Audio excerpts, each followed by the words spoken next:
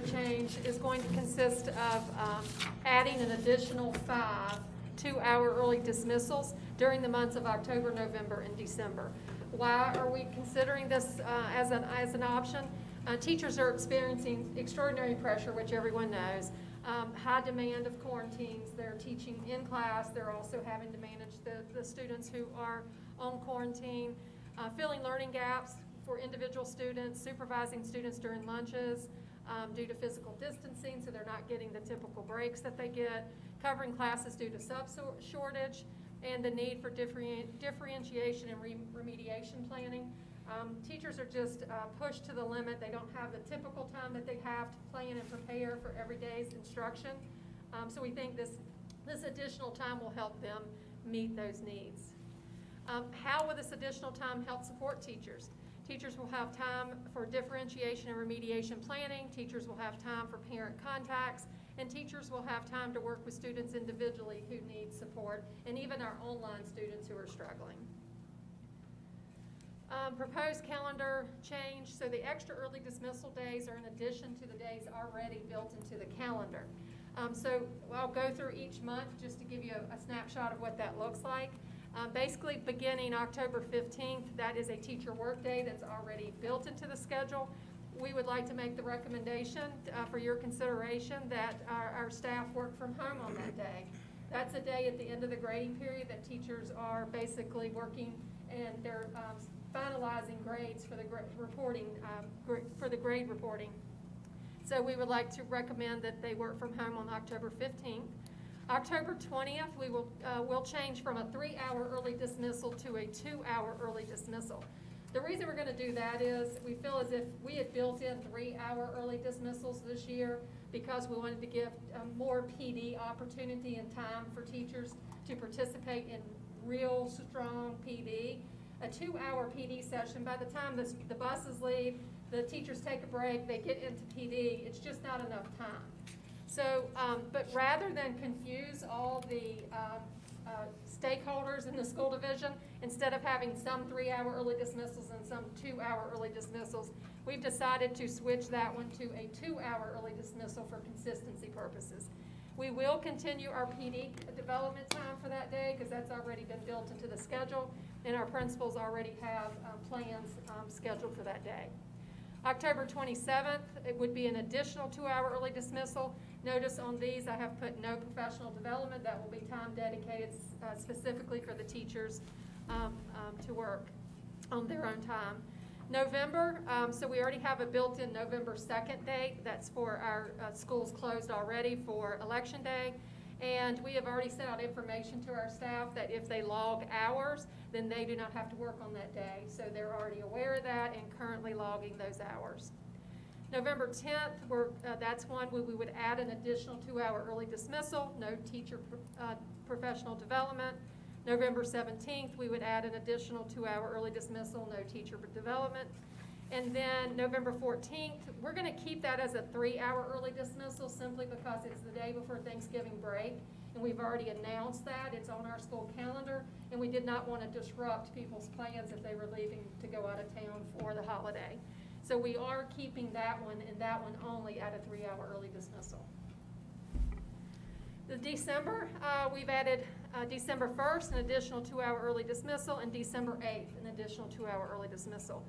The last week of December, we did not add an early dismissal on that day. The reason for that is secondary students, some of them are in dual enrollment classes, will need to be taking exams and finishing out the grading period. The grading period ends December 17th, so it's a great time for students to get all their work in before the holiday.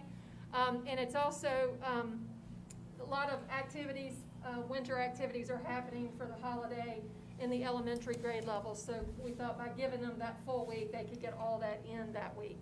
So basically what this plan is suggesting is that beginning in the 20th, actually the 15th, the week of the 15th that falls on Friday, they will have one day off or one 2-hour early dismissal every single week between now and Christmas break or winter break. So there's a break built in there every once a week for the from now until December. So that's what the calendar change looks like. The blue days are the professional development days already built into the calendar, where they can work from home, or on the 2nd they wouldn't have to work at all if they log hours. The 24th is our 3-hour Thanksgiving holiday break. And then the green days are the 2-hour early dismissals built in. So you can see every week there is some time for teachers. Another reason why we wanted to build in this time is our staff has reached the time frame where they're able to get their vaccinations, their 3rd booster shot. So we know that the health department's starting to make that available, and we want to give our staff some time and some flexibility to go get that if they choose to do that. And within this schedule, that gives them lots of opportunities to schedule that, and they would do that at outside providers. They could either do that through health department events, at Kroger, CVS, Walgreens, wherever they choose to do that. And this time, we would allow them to go get that shot during this time as well. No, that's perfect. I appreciate the numerous teachers I've talked to, you know, it's been nothing but positive feedback as far as, I mean, the additional planning time and, you know, being able to catch up. Like you said, a lot of them are stressed from, you know, and hopefully our next action item might alleviate some of that, you know, from our teachers having to cover during their planning period. But, you know, I think it's fantastic, and I've received nothing but positive feedback from the teachers I've spoken with. Mr. Wright? Our parent-teacher conference, are they doing virtual now? They are. So they're doing a variety, whatever the parent, it works out for the parent. So most of the teachers have sent out messages to parents saying, if you'd like to schedule a conference, please reach out to me and we'll schedule the time that's convenient for us. And so they're doing it from now all the way through. So we want to encourage parents to engage in parent-teacher conferences anytime they want to. Rather than one specific day, we wanted to open that up to whenever a child's struggling, whenever you just want to check in with the teachers. So we're really hoping that parents will have more of these meetings rather than waiting on certain times we have built into the calendar. And they can do that however they want. If they feel more comfortable doing that through WebEx, that's perfectly fine. If they'd rather do a telephone conference, that's fine too. If they want to come in person, we can do that. We just make sure we find a location we can spread out. So they can accommodate any way that the parent chooses that works for the teacher. And I guess, you know, when we started talking about this, I know the teachers need to break and need to catch up and plan, but what about remediation for some of the students? I thought that was part of what we were doing. It is, and so during this time, they can pull students, so rather than the student going home from early dismissal, they could make arrangements with the parents and say, hey, can your son stay after and work with me on math because they're really falling behind. That way they get that one-on-one time with that teacher, which is really, really valuable. So some teachers may choose to do that with students who are falling behind to help remediate, catch them up. They can do that small group. If they have a couple kids in their classroom that need the extra support, they would just contact the parents. Of course, the parents would have to provide transportation to pick them up, but it is a good opportunity for extra support. Thank you. Mr. Chairman, and that was the question I was going to ask. If you go to the second slide that you showed.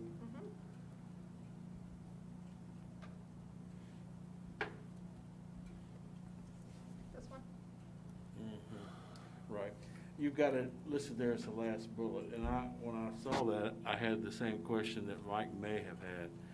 But one of the things that I think this 2 hours really needs to be dedicated to is, planning and preparing for all the things that teachers are being asked to do.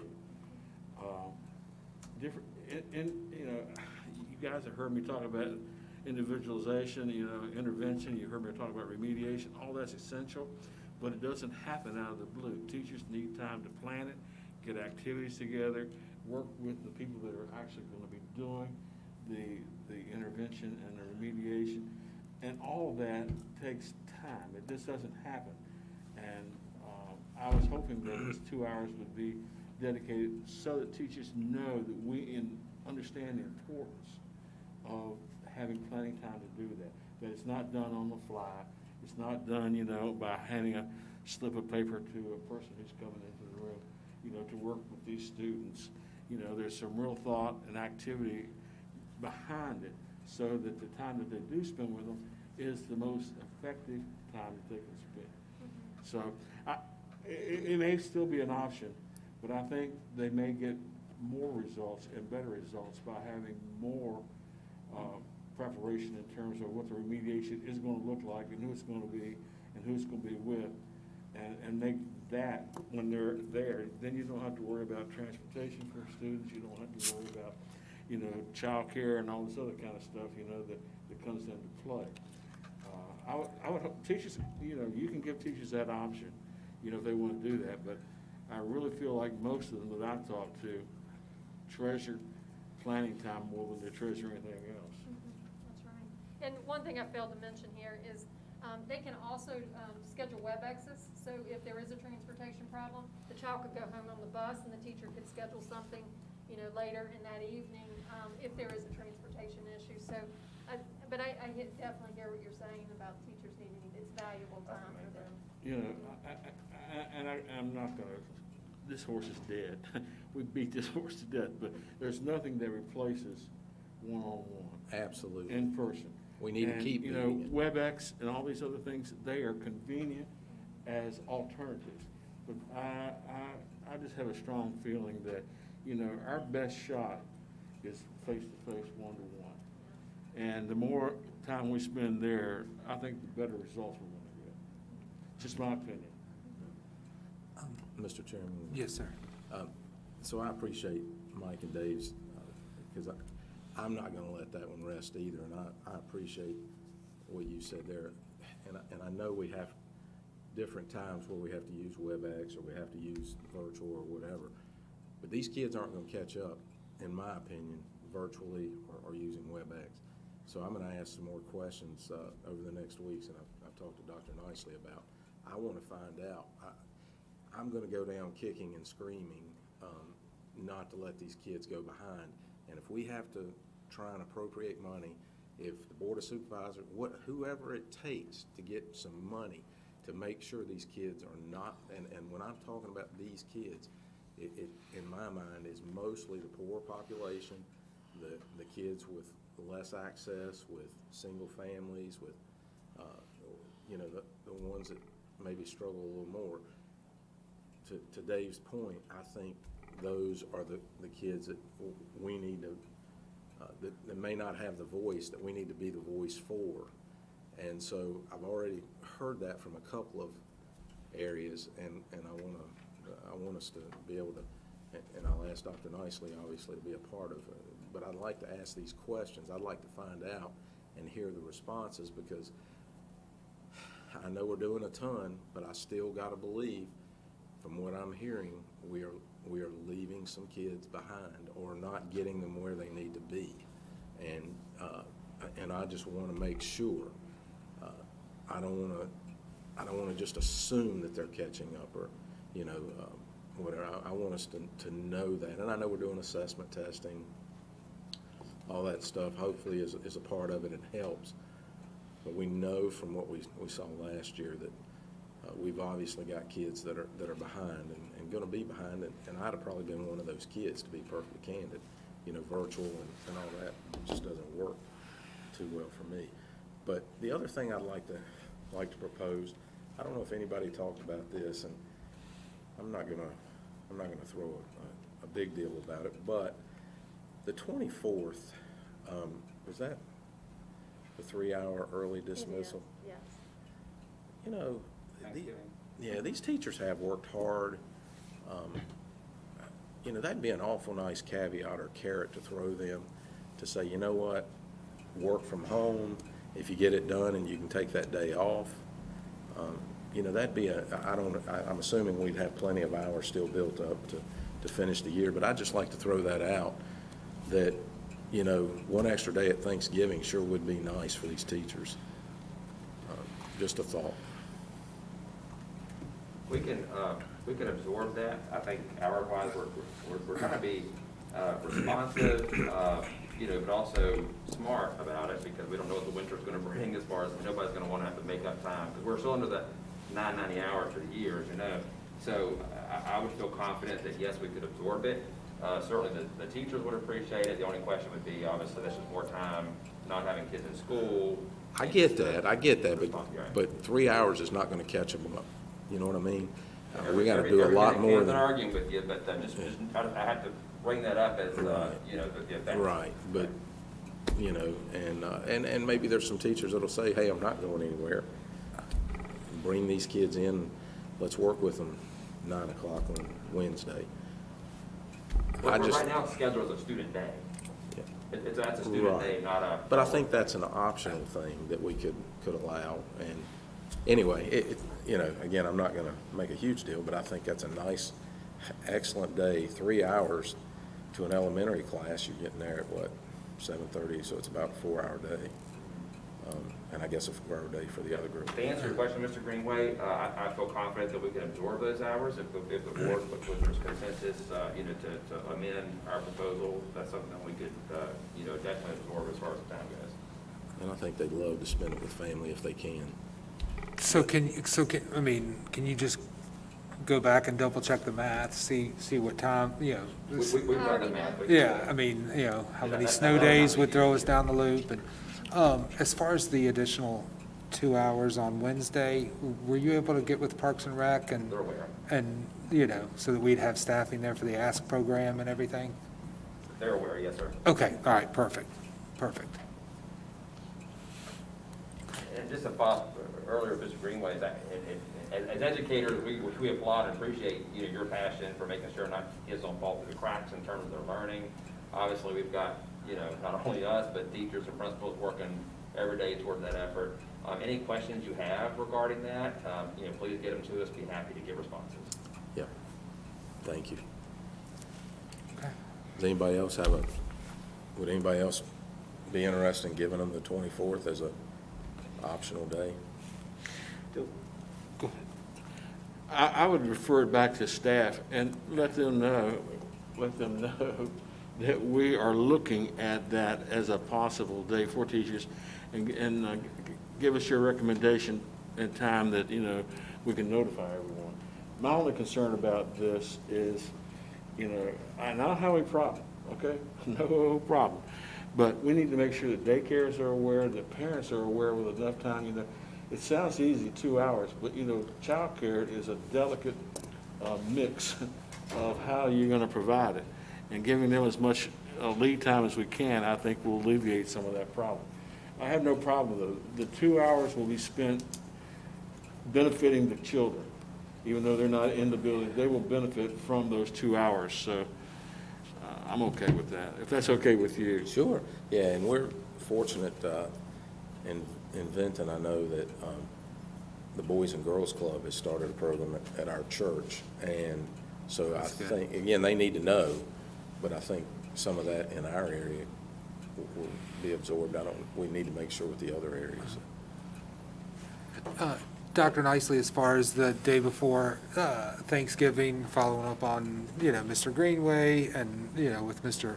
Weimer's suggestion, you know, I don't feel like, you know, essentially an extra 9 days to make that decision. I mean, we have a meeting next Thursday. I mean, is that correct?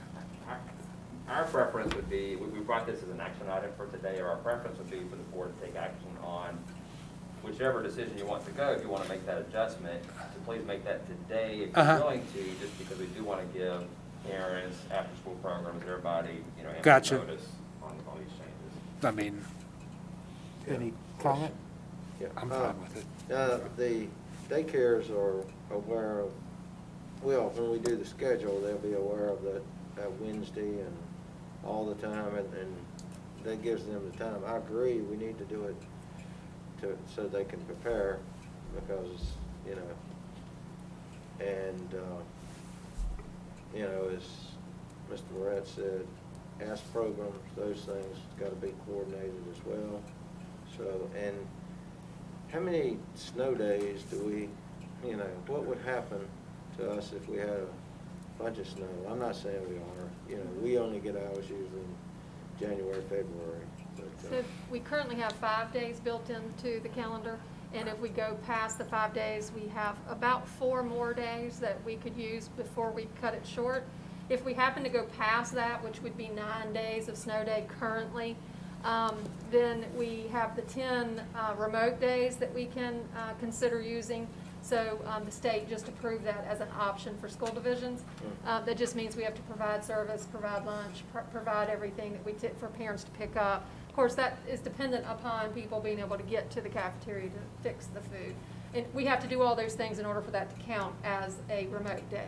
But we do have that option as a backup. Okay. And I think we have enough time. I don't think you're gonna do 5 days, gonna need 5 days by any means. So, you know, I agree that we need to do it today, so you can be prepared. Parents can maybe get out of town a day early. They can start preparing if you know, I don't think it's gonna change between now and then, so. As far as staff recommendation, we sort of don't have any objection if you want to make that addition. I would just maybe have the caveat that, like a lot of things, it'd be for this year only, you know. Sure. Because you know how that goes. So do we need a motion Okay. made? Yes, sir. So our recommendation would be that you adopt these calendar changes with the addition, for your suggestion, Mr. Greenway, of taking the day before Thanksgiving and just go ahead and make that an extra, well, you can call it an extra work from home day or just an extra holiday, I guess. Optional, I guess. Yes, sir. So I would make the motion that we adopt the changes as brought by staff. I would add to the motion that we add the 24th of November as an optional day, to work from home or a holiday. So just to clarify, no school for students, teachers have the option to work from home. To clarify that, do we give a certain number of holidays each year? Yes, sir, it's built into, you know, the regulations. Of course, you've got 12-month employee, those holidays, the ones for teachers, of course, correspond to the you know, the academic calendar or their So it's contract, nothing, so. no problem for us to change. No. Okay. Those are actually listed as part of an administrative reg, so it would not require a policy change per se or anything technical like that, so you'd be safe to.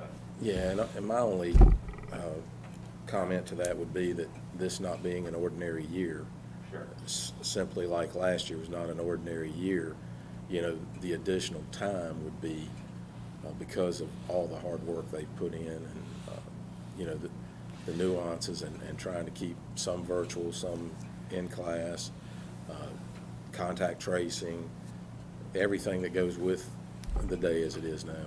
Yeah. Mr. Chairman. Yes, sir. I'd like to second his motion so we can have a discussion, but I agree with the motion and will second it. Okay. Let Yes, me sir. ask some discussion. You know, we want to certainly do this, but what is the rest of the staff gonna be doing their regular day, or do they? You talk about the 24th? Yes. So if you call it like a work from home work day, then that typically affects all staff. It's going to remain a paid day regardless, so I really don't feel like it. Could I just expand upon that? Let's I'm just give 'em the okay- day off. Exactly. Let's I'm just- okay let's with just that, make- because I let's- don't think you or Dr. November 24th will be a Dr. paid or holiday. any of Abnormal work year. any less, you know, Abnormal because, year. Yeah. you've Yeah. had to deal with me, so that ought to give you a day. All right, so we have an updated motion on the table Second. to just make November 24th, in addition to the other calendar changes, I just an would call it a extra holiday, holiday. if you don't mind. Yeah, holiday. Make it That's clear. fine with me. Yep, all right, Do you wanna, let's vote. for official, for, you're amending the motion? And David already seconded it.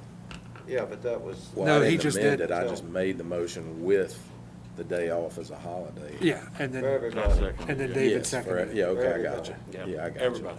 Okay. Okay. All And for right. this year only. Robert's rules going on, I got Yeah. you. Yeah, You get in yeah, trouble. yeah, this only affects November 24th, 2021. All right, so I think we have a motion, we have a second. Madam Clerk, you want to call the roll? Or, Mr. Wilmer? Yes. Mr. Greenway? Yes, ma'am. Mr. Gray? Yes, ma'am. yes, ma'am. All right, item 2.02, proposed temporary increase in substitute pay for teachers and IAs. Mr. Bradshaw?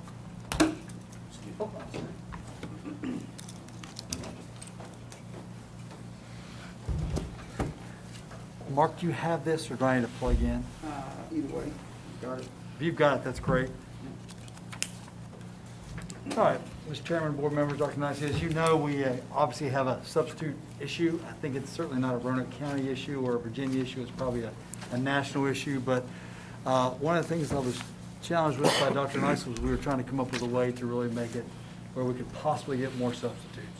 So I want to give you a quick background. Currently, our teachers for substitute pay rate for a degree teacher is $100 according to our pay plan. A non-degree teacher is $85. Instructional assistants, it gets a little muddy, but it's because we have degree, non-degree, elementary, and secondary. Currently, you can see up there, an instructional assistant elementary degree is $80, an elementary non-degree 76, a secondary degree is $85, and a secondary non-degree is $81. We really think to make an impact and try to get more substitutes to come to Roanoke County, we do need to make a change. So, Mark, if you would. Mr. Ragshaw, just to Sir? clarify, so the difference between elementary and secondary is just strictly a matter of hours. Correct. Secondary IAs work 7.33 hours and elementary is 6.83.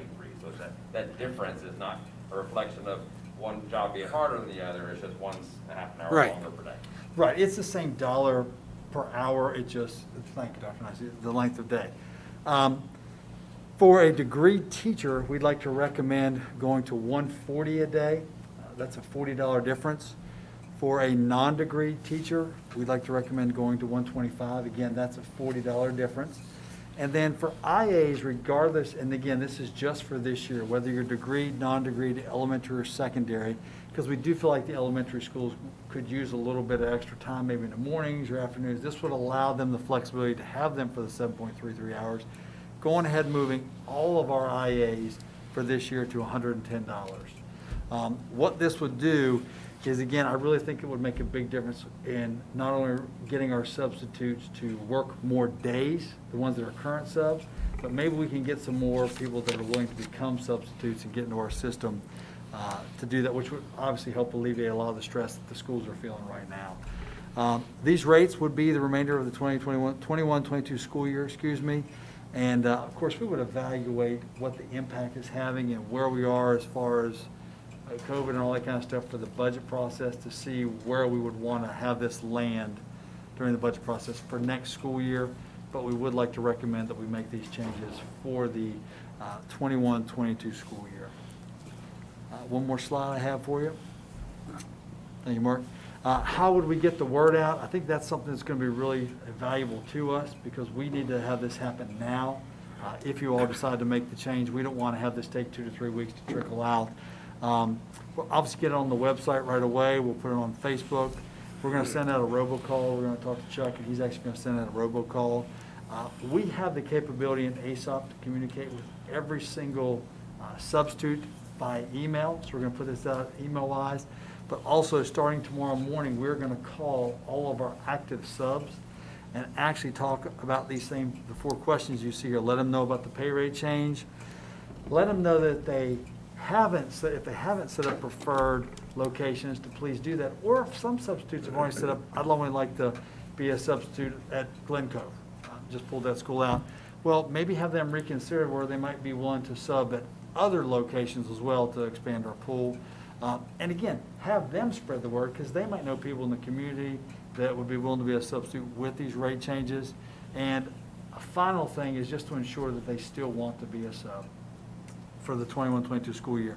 Quick background on that, we do that every year anyway. We have a process in place where Josh Poindexter will send information to all of our current subs and basically say, if you want to be a substitute, for example, for the 21-22 school year, you must notify us, and then if you do that, then we give you a new badge. So if you notice when you walk into the buildings, all of our substitutes have a substitute badge for the current year. Anybody who doesn't get an updated badge is removed out of the ASOP system. That's one of the ways to keep that system clean, so we hopefully can get a better fill rate. So we're doing a lot of that, but again, I think it would be a good thing to say, hey, with these changes, are you still willing to be a substitute? We know you were 2 months ago, but are you still willing to do it now? And if they're not, then get them out of the system so it frees up some of that time over calling. So. No, absolutely. I think this should definitely get us a lot of traction. It's going back to, when we talk about calendar changes and how we can support our existing teachers, this kind of falls in line. So, I hope that this gains a lot of traction. The more we can get some publicity on this, this should put us far above our surrounding localities. And I'm glad we were able to do it, even if it's just for this year, and hopefully it's something, we might be able to talk about next year as well. Mr. Ray? Thank you, Mr. Chairman. And my understanding is this is absorbed in your current budget. That's correct.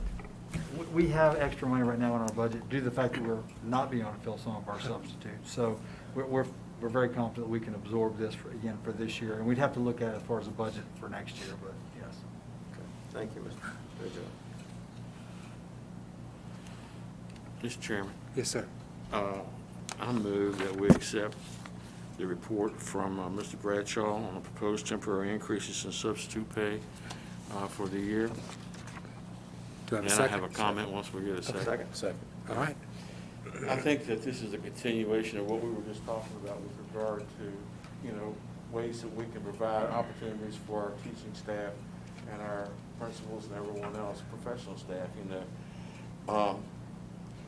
While the load still rests with the classroom teacher and the central office staff, principals and supervisors and everyone else.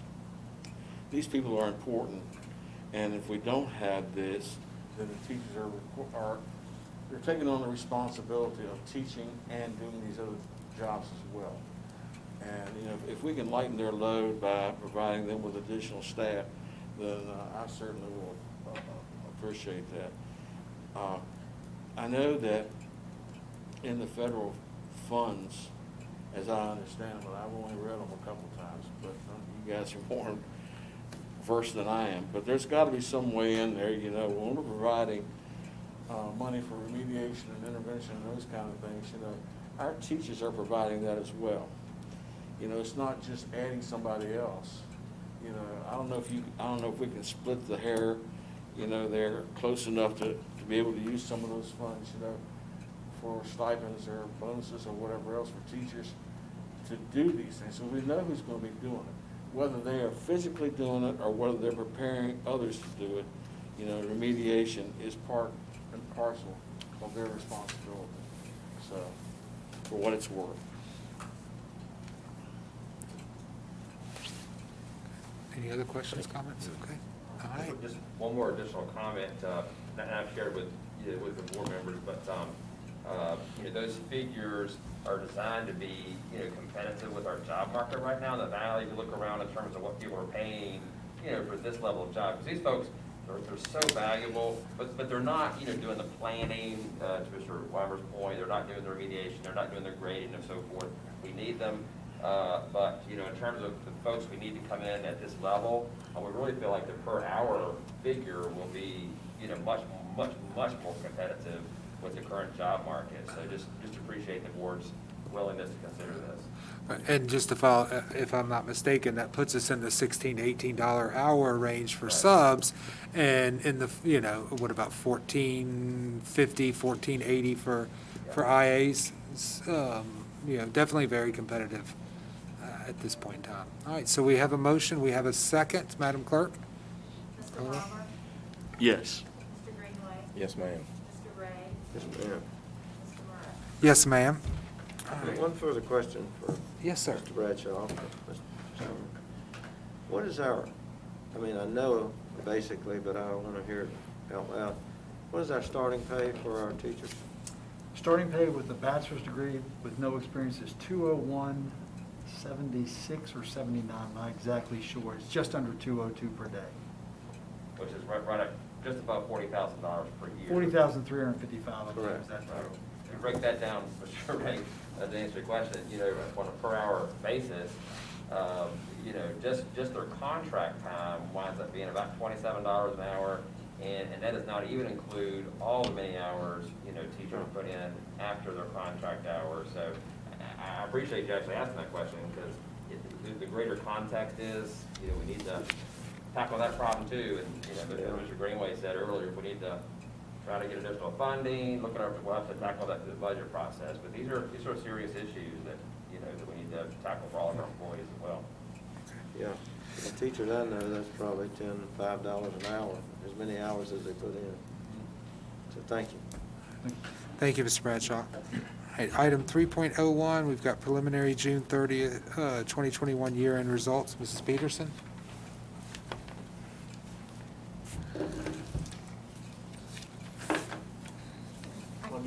Well, let me see if it'll work.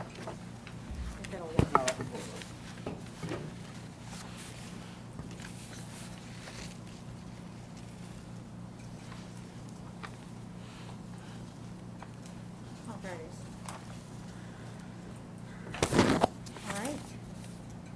So you have a packet in front of you that has, this is the front page, and it is also up on the board for your review. I would like to preface this with, we are not done with the audit. We have just filed our state revenues and expenses with Virginia Department of Education last week, and we are getting ready to do all the audit schedules right now and working with the auditors. So if they find anything that needs to be approved back, then these numbers are subject to change. But as of right now, this is what we have for you. And I am hopeful that they will not change much, if at all. So on the left-hand side of your page, we'll just go over the operating fund to begin with.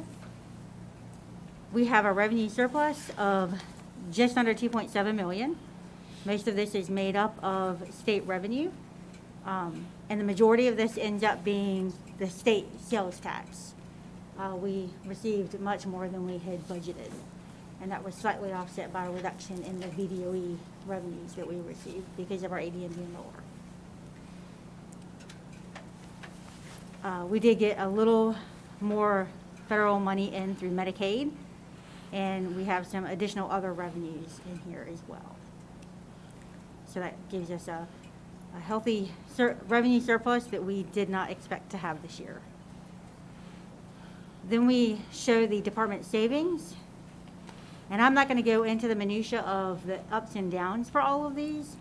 We do have a $1.7 million department savings. I suspect much of this had to do with the fact that we did get the COVID grants, the ESER 1, the ESER 2, and where we could shift any of our spending into those grants, we did do so to try and help out our operations, because we did not think we were going to have as much, and a lot of it was qualifiable for the federal grants, and so we do have a healthy surplus there.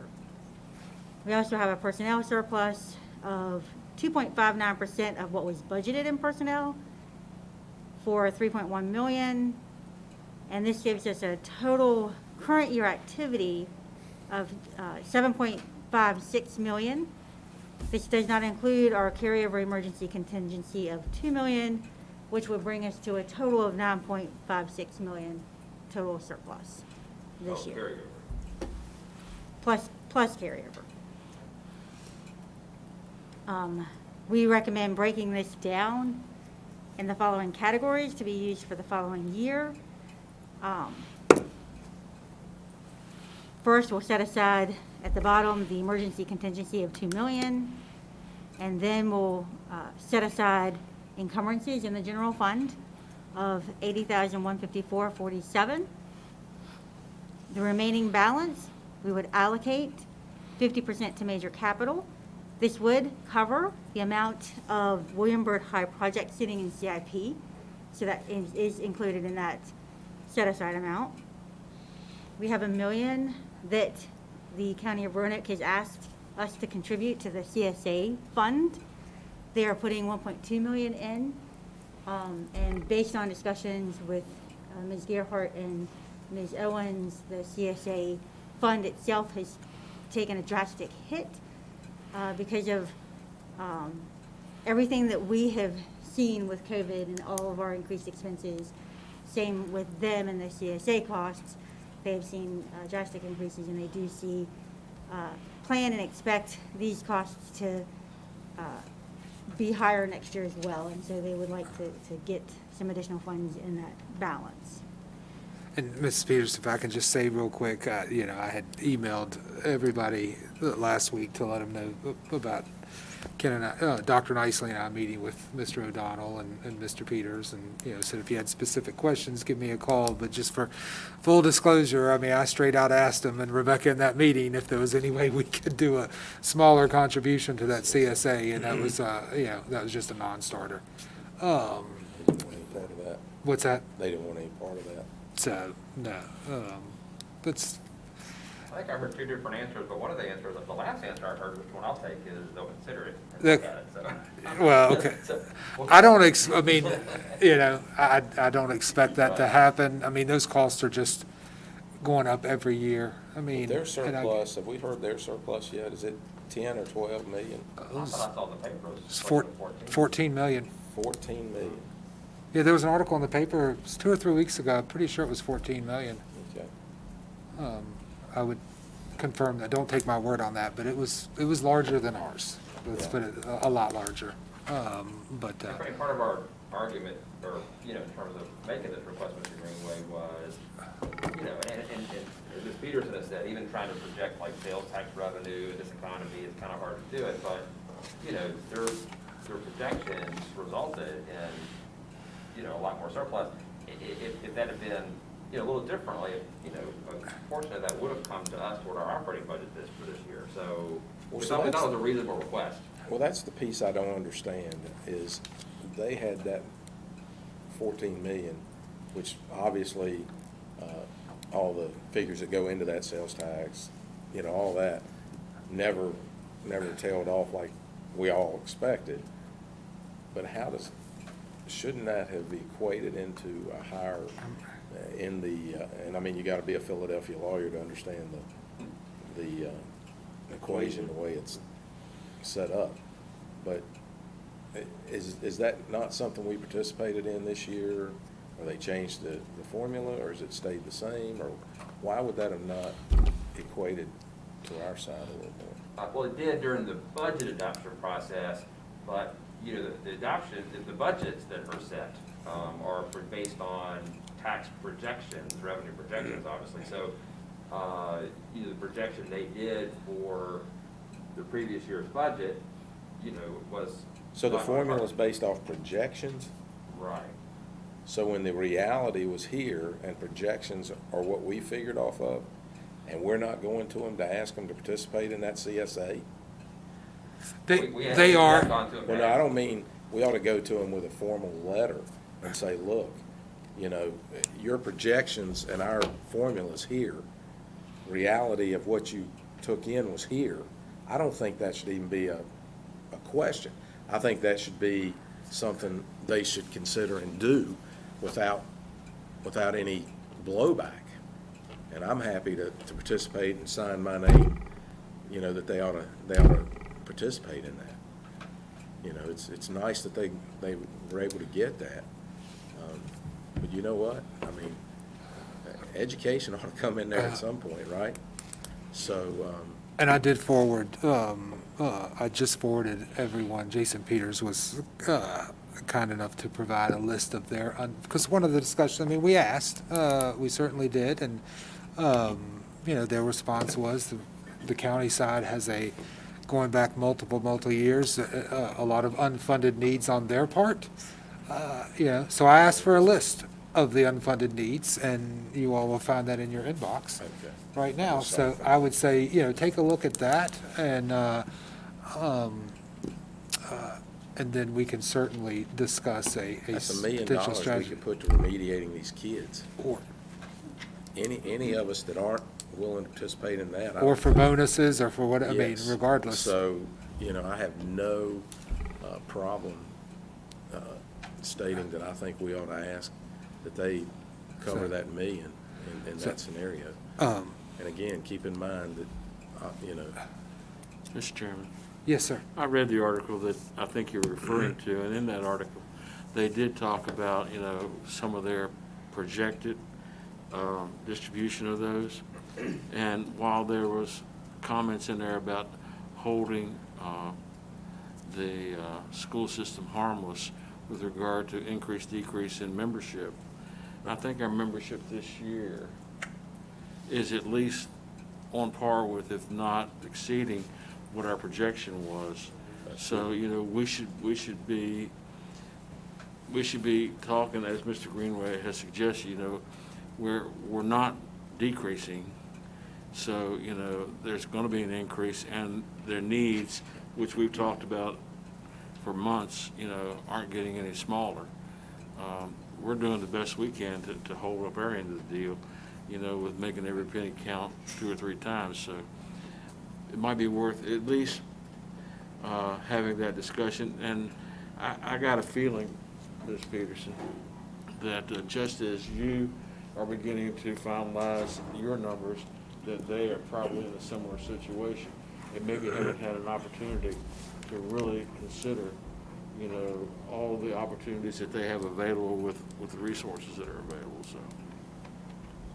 I think you're right on our projections, Mr. Weimer, where we are we 50 or so? We were really good in our estimation last year, for ADM.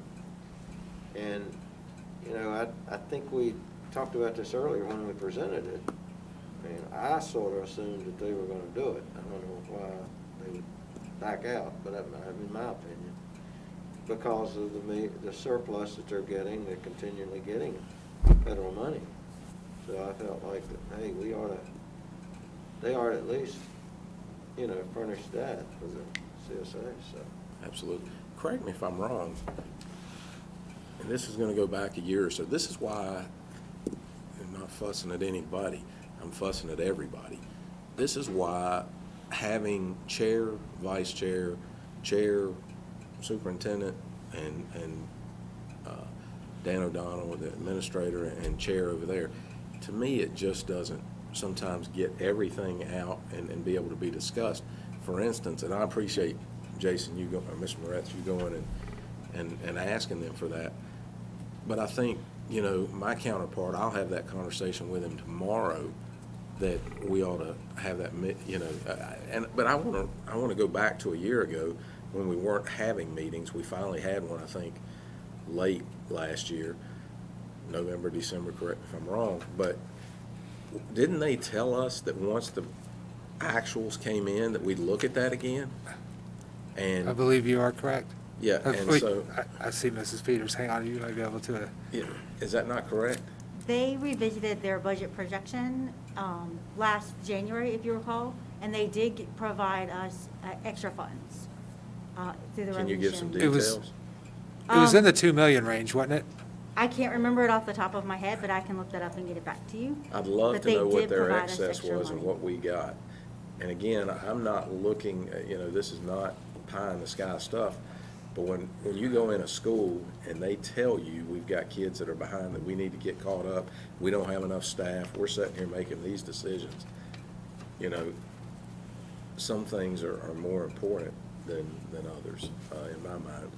And again, I don't know, I don't profess to know what they're, and I see it now, I'm looking at it, but, an education, to me, is invaluable.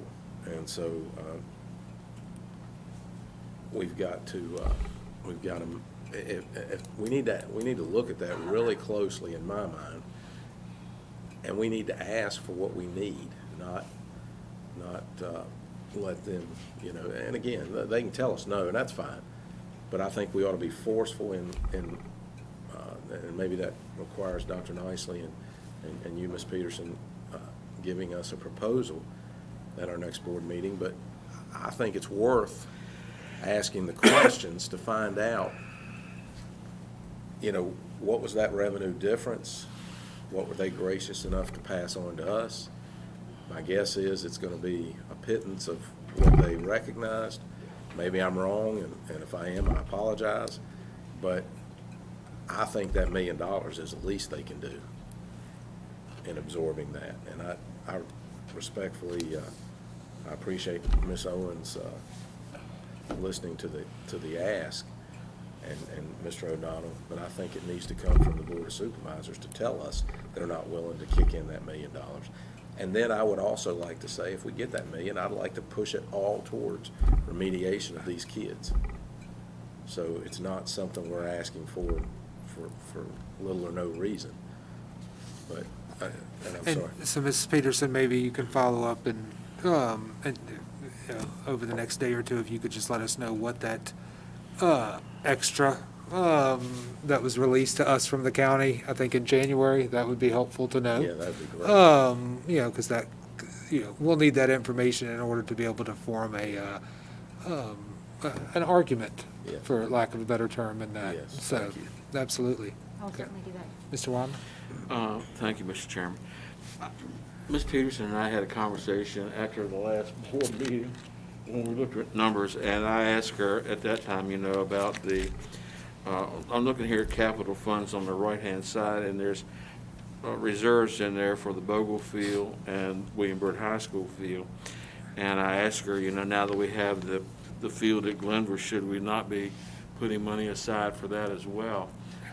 It's been there for a year, and I think that these other fields, once they were developed, began that process of building a reserve. I think the comment was that it has to be approved by someone else, or some other funding. The Parks and Rec, and we have discussions, and we have a draft memo, from them, to discuss this on a go-forward basis. Yeah, I can speak to that briefly, Mr. Weimer. So there's two things. One, as far as our side goes, in terms of starting to set aside for future replacement, that is something that came up through the budget process last year. We had to forego starting it just because of the balance in the budget. But meanwhile, as alluded to, we have had discussions with county government, and they are willing to revise the MOU to include all three existing, turf fields, Bogle, Williamsburg, Glenver, them contributing, like they are doing with, Bogle currently, and with the understanding that, we're gonna build that into our budget, for next year's budget. Okay, so this may be my last shot at the apple with regard to this comment or this concern, but I think that field needs to be in the budget for next year, certainly. And, On both sides, because the county's had participated. whoever's contributing to it, it needs to be in the budget. Right, I agree with you. But I think that initially, and maybe I'm wrong, but I think I'm pretty correct. Initially, it was the school board's responsibility to provide that fund, and then the county, I think, has gotten involved. But, regardless of how it comes down, it's gotta be in the budget, because if it's in the budget, it's gonna be funded. If it's not in the budget, it's probably not gonna be funded. And it is an ongoing, reoccurring expense. It's simply 10 years out. I agree with Mr. Oh, Wyman. yeah. That's a good point. We've got it in there for the Cave Hidden Valley field, and we need to get those pieces in on, and I'm talking about on their side. Can I say one more? I hate when something gets under my craw like this, but, keep in mind through the last year when and I'll just call it whatever, we got all kinds of names, CARES, COVID, ESSER, all that stuff. We were trying to keep the schools afloat and operating with the teachers and the students and everything else. They're renovating all the county facilities, and I'll say this from the Benton area, so, the money they got and the money we got went to two totally different things. Keep in mind, ours was all to educating these kids and trying to keep things together. So, while they're renovating everything else, and I hope they see it and get mad at me. But the point is, they should have said, we'll give you that $1 million with a bow on it, not to, just keep, I walk through the offices, and they're renovating everything. We go over there in that joint meeting, beautiful, nice new room. You don't see anything nice and new in here. So, we weren't putting it to those type things. We were, classes and cleansers and everything else. So, I hate to say demand, that's a strong word, but I don't see, they ought to give that to us and say thank you. So, anyway, I'm through. No disagreement from me. Mr. Chairman. Yes. I know that a motion is not appropriate now because this is going to be part of the budget process, but I did want to get it in the record. And certainly, the superintendent and the director of finance, are aware of the concern to make sure that that gets into the budget so that we can begin to accumulate the funds necessary to replace it when it's necessary. And just as we replaced Yeah. Cave Springs Field when it became necessary, and yours is gonna need it, Glenvar's is gonna need it, wherever else you put them down, they stay down for a while, but they eventually come up. And it takes a lot of it's money a to get good, them back. good point, Mr. Weimer, but I have no reason to believe that it wouldn't. We did it when we put in birds and, but you're right. Thank you. Okay. Ms. Peterson? All right, so going back to the schedule on the bottom left-hand corner of the page, after the CSA contribution, the next two items, if you recall, when we brought forth the 2021-2022 budget, we had needs in the fleet replacement fund and the technology replacement fund. And these are those needs for additional transfers, and we did balance the budget with the understanding of county administration that they would allow us this year to make that transfer into these two funds using our year-end balances. Can I ask one quick question on the minor capital? So we did a lot of maintenance items, HVAC, a lot of those things through the year with our money because, they were have-to items, not want-to items. Do we need that full $1.5 million going into minor capital? Because and correct me if I'm wrong, and I know Chris isn't here, maybe there's do we have the items? I know we're gonna have, obviously, we got continual maintenance, and I don't have that sheet in front of me to what is in our minor capital and whatnot, but do we need $1.5 million going in there? I'd rather wait for Mr. Lowe to get back. That's fine, that's fine. A little more It's just, intelligently. okay, yep, Just that's fine. anecdotally, what I'm hearing from Mr. Lowe is, we're running our HVAC systems, at full blast, trying to get the ventilation going. I think there's concern about potential failures in some areas. Okay. I think he would probably say he's concerned about having a cushion to do those replacements, but in all fairness, That's fine. I'm repeating what he's told me anecdotally, but I'd rather him give you more details. Well, and to that point, if you're listening, Chris, God bless you, and I hope you get back here quickly. So we'll wait and see what Chris says. Just to piggyback off of that, we are expecting additional funds through the ARPA grant of just over $2 million. However, with this funds, it will be for HVAC replacement only, and it does require matching on our behalf. And so if we were to leave this in here, that 1.4 would certainly help with that matching. We can use the CMP that Mr. Lowe already has set aside for HVAC, but then if we had this additional amount, it would also help. So again, with the. So it's matching funds? It's 2.2 million and something.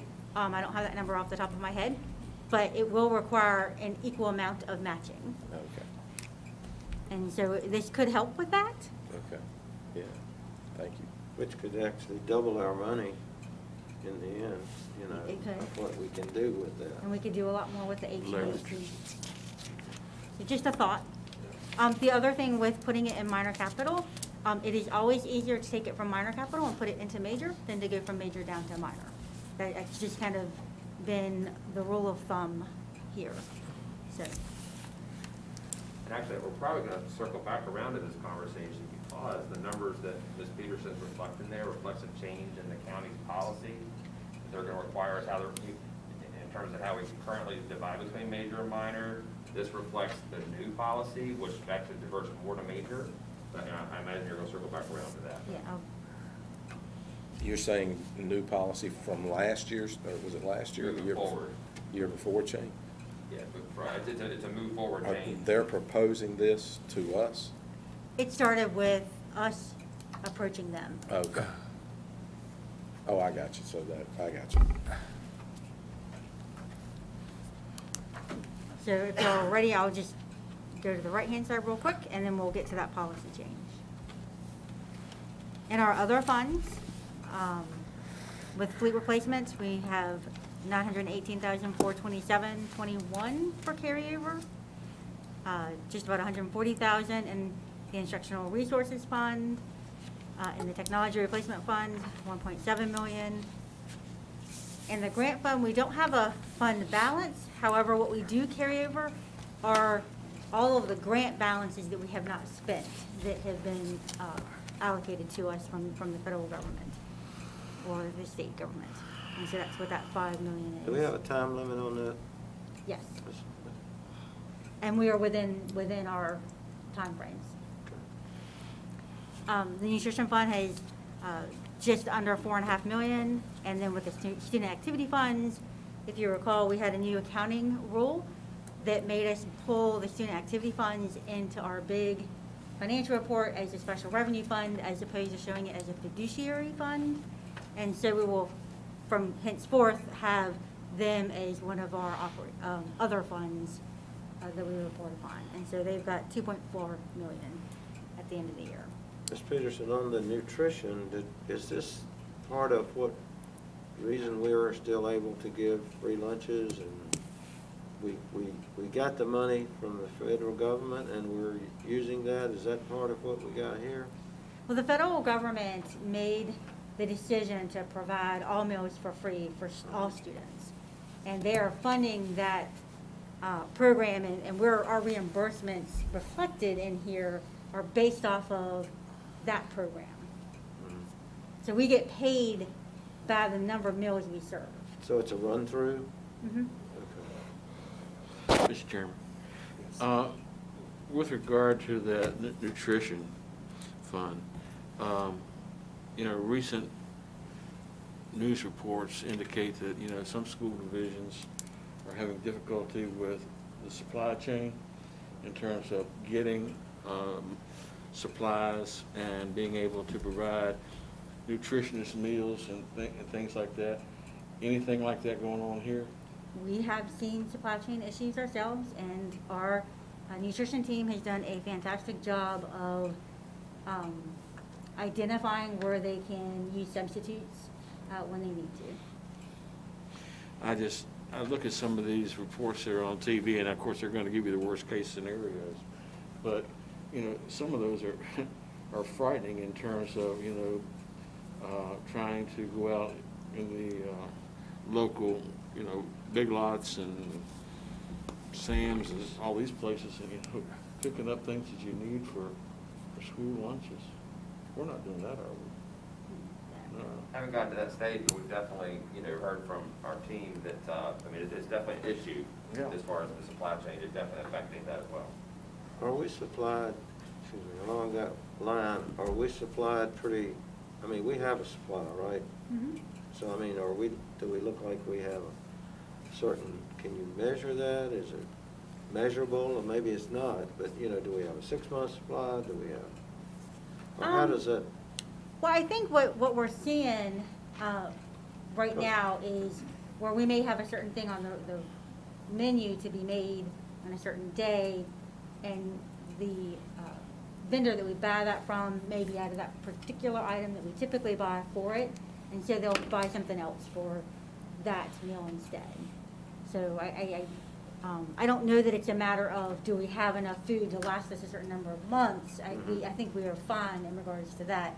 It's just a matter of the little nuances of the day-to-day meals that we're serving and having to work with our vendors and getting the appropriate substitutions for that meal for that day. Would it be possible that any of our local folks, they're ordering from the same vendors we're ordering from in certain aspects, that we could, maybe if we were running short of something, we could go to these other vendors that are restaurants, whatever, not restaurants, but whatever it may be that they could furnish that would meet our need according to the standards for our lunches? We have to be very careful with our procurement of our goods through that program, because the federal government and U.S. And VDOE are very particular with how we obtain our resources. So we do have to be cognizant of that. I don't think the ladies in the nutrition team are having that big of a problem right now with getting what they need. I mean, I'll see emails here and there with, instead of this, we're gonna get this. Instead of ordering this, you're gonna order this. So there are Problem solving. recommendations. They're Yeah. resolving their own problems. Yeah, appreciate you bringing up the nutrition staff, because that is another area, like so many folks that are just doing good things to problem solve, but, you know, working really hard to meet the kids' needs and get them fed and so forth. So we appreciate that staff as well. Well, and to add to that point, we know that they've been self-supporting for years, and I mean, that was one of the things that amazing. You know, They're doing a that- great job. That Rhonda has certainly done that. She's doing a great job with that program, Yeah. for sure. Thank you. Mr. Chairman, I will say this. I was out with Dr. Nicely, and I've been out to other schools without him, but our cafeteria staffs, for the most part, are in good shape in terms of staffing. Now, we've got some that are tight, but, you know, the ones that I've seen, you know, they seem to be very upbeat and, you know, working well with meeting the needs of the students. So for those people and for that part of our operation, I'm thankful.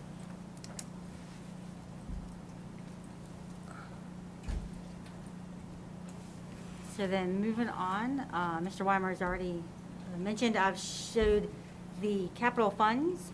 I've broken out your separate reserves on here that will be carried forward, along with showing you the projects in progress. So our total minor capital carry forward will be 4.6 million.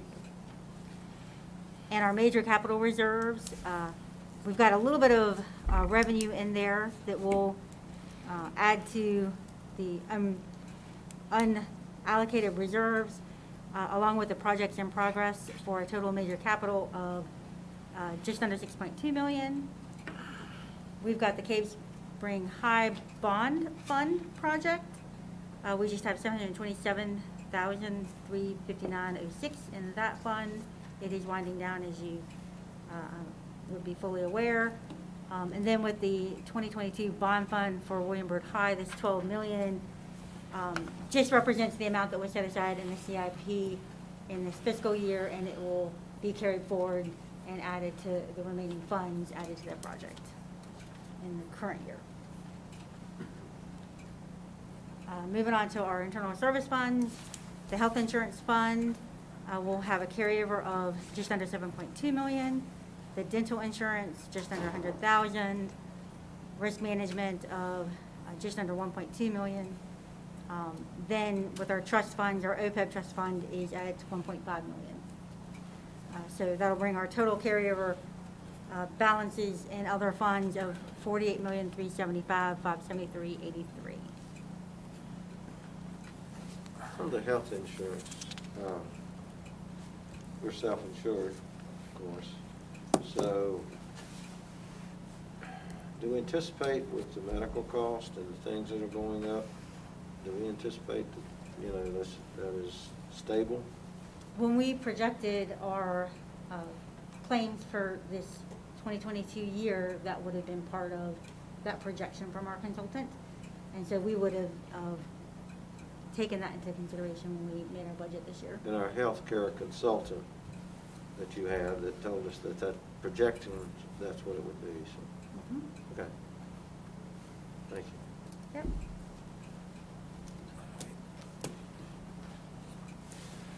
Thank you, Mrs. Peterson. I think that was it for that we're ready to move on to the, I don't want to cut you off, right? Yep, The I'm rest good. of As soon as you're yours, ready. rest of yours moves on to 3.02, right? Yes. All right, so we'll jump right into that. Item 3.02, review updates to policy 4.26 for year-end carryover balances. Okay, let me pull up our edited version. So I worked with county staff, you know, on the, over here, where we added the fleet replacement and the technology replacement. I spoke with the county staff to try and figure out the easiest way to I want to say, make that happen, but make that a reality. And in speaking with them, it came to light that, you know, what we put, the types of items that we are spending out of both of those two funds are items that they typically put in their minor capital fund. And so by adding them to our list that we can use for carryover is really not straying from the intent on their behalf of how they use their carryover as well. And so it really is kind of aligning us and giving us a little more flexibility with ours and letting us use it for similar things like what they would use it for. So, for example, if they wanted to buy a large trash truck with their carryover money, they can do that because it's in their minor capital fund. If we wanted to purchase a bus, then we could do that through the fleet replacement and use this to put additional funds in the fleet replacement. So that was the thought process behind bringing this policy back to the county. We just wanted to align their policy and our policy so that it was exactly the same, and we moved forward with a clear understanding, and we opened up and took off any restrictions that we may have. So if you recall, last year when we brought it to you, we had said 50% to major capital and 50% to minor capital. And so when we brought forth this one, it was not our intent to divert funds away from capital, but it was just the intent to provide the school board the flexibility to utilize the carryover funds and these other funds as may be deemed necessary in future years. So we worked together with Ms. Gerhart and Ms. Owens to change our policy. Can I clarify one thing? Mhm. Make sure I understand this correctly. So, for this year's budget, those transfers, normally our practice has been, that's part of our operating budget, to make those transfers for, fleet replacement and technology replacement. In order to balance this year's budget, we said, okay, will you let us consider using year end this year only, right? So we can balance our budget. So that's part of this, what Ms. Peterson's explaining, by getting it in terms of the actual financial policy. We're not making a decision today that moving forward we'll always do that way. I think that discussion will need to be part of next year's budget. Do we want to, moving forward, look at that? So that $1.3 million would normally be in our budget. Correct. We're able to. Yes, sir. So for this year, it's a, permission this year only, let us go ahead and do it that way as we plan in order to balance our budget. But to your point, what I'm trying to say is, when we get into discussing next year's budget, is when we can decide, do we want to start budgeting this way, which we'll have permission to do by policy, or do we want to, even though we have permission to do it that way, keep budgeting the way we have been. So I just want to clarify that, but that part's not been decided yet. That's something that we'll have to decide, or you'll have to decide as a board when we have next year's budget discussion. Is that fair? As would be any budget year, But correct? see, in my way of thinking, that's $1.3 million out of our surplus that we could have said would have been a piece that would have went to CSA, and that other $1 million to remediation, or whatever we wanted to use it for. We're continuing to eat up whatever budget surplus or whatever monies we have, Yeah, in order to placing. balance our budget, we had to Yes, defer some. right. Yes, sir. So that $1 million should be, again, that should be a gift. That should be a gift. Please give it to us. So when we worked with staff, the slight changes, and we don't typically bring these and point them out to you, but due to the nature of this one policy, I do want to review it specifically with you. The wording that we changed was just to add that the funds could be used for one or more of the following purposes: major capital, minor capital, capital maintenance program, safety and security, fleet replacements, technology replacements, or the CSA. And we further clarified, because it is our practice, however, I don't know that it was necessarily specifically put into policy this way. It has always been our practice that, on both sides, that we set aside the $2 million for that carryover. So we just continue to carry over that carryover every year. So it's just the carryover. And then we set aside funds to cover outstanding encumbrances that are in the general fund. And then the remaining would be what would be subject to that list. So how Now- would that work if we only had $1 million surplus? Where would that 2 million go? If we had used part of it, No. If we have $1 million surplus, we take that 2 million out of our surplus right now, the way you've got it detailed here, right? well, I think it would depend if we had dipped into those funds, because those funds are set aside in an account, they're not touched. Well, And so that's why I each- don't understand why it keeps coming. Every year, we had this discussion last year. I know it. I know, I mean, I feel like, and maybe I am a moron, but the point is, if we just put it in that fund, it's budget, don't bring it back up for surplus, because if we only had $1 million surplus, we wouldn't have enough to carry that over, is the way it looks to me. I think the best way I could explain it, just in layman's terms, is remember that by state law, anything we have left over, whether we plan to spend it or not, in this case, the $2 million, we got something we don't plan to spend because it's truly for emergency. But anything by state law that we don't spend goes back to the county. And then they have to reappropriate it to us, and our agreement is they let us carry it over. So it's always brought up because that's part of the money we don't spend, and by state law, it has to go through that accounting procedure. So, I mean, and maybe look at it this way too, I mean, how long ago was the emergency fund established? Oh, wow. Okay, so let's say 20 years ago. At that, when we started that, we had to find that 2 million from somewhere. So we take that 2 million and throw it in there, and for the last 20 years, that 2 million has always been there. It's always added to our surplus. So, I mean, unless we dipped into the emergency fund, we're always gonna have a surplus of at least $2 million every year, correct? To me, as far as like vocabulary, in terms of how we explain it to people, it's truly not surplus. It's carryover, because surplus indicates That's you got my more point. money than you thought in terms of revenue, as she's gone over, or you didn't spend as much as you budgeted, and therefore you have surplus. That $2 million is not surplus, it's just carried over.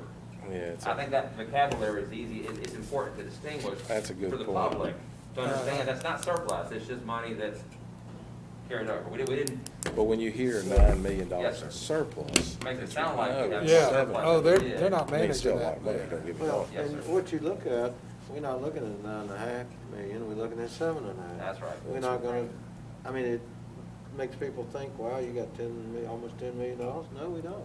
Yeah. Right, and it wouldn't even be that if we had been able to budget some of these other costs that we had to defer. That we're knocking in there, Uh-huh. yeah.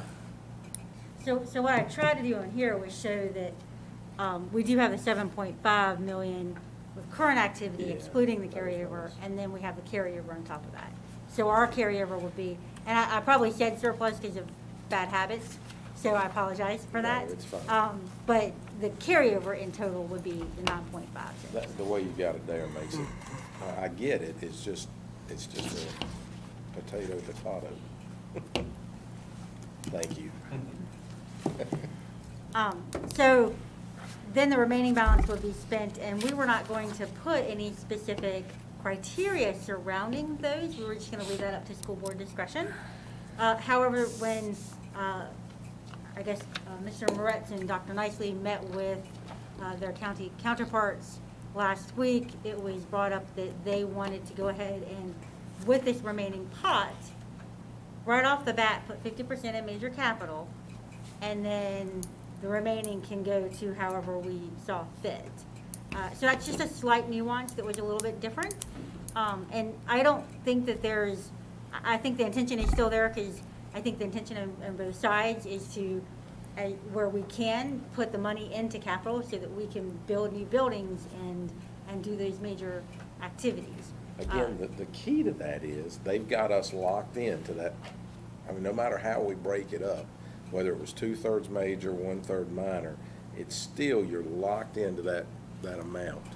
And they've got it controlled, so we're using that $1.3 million, and then the $1 million, and then everything else out of that surplus. So it's a little disingenuous the way, for them to, I mean, it's nice, but it's semantics in the way they present it, or the way we get it. And then Mr. the other thing Chairman.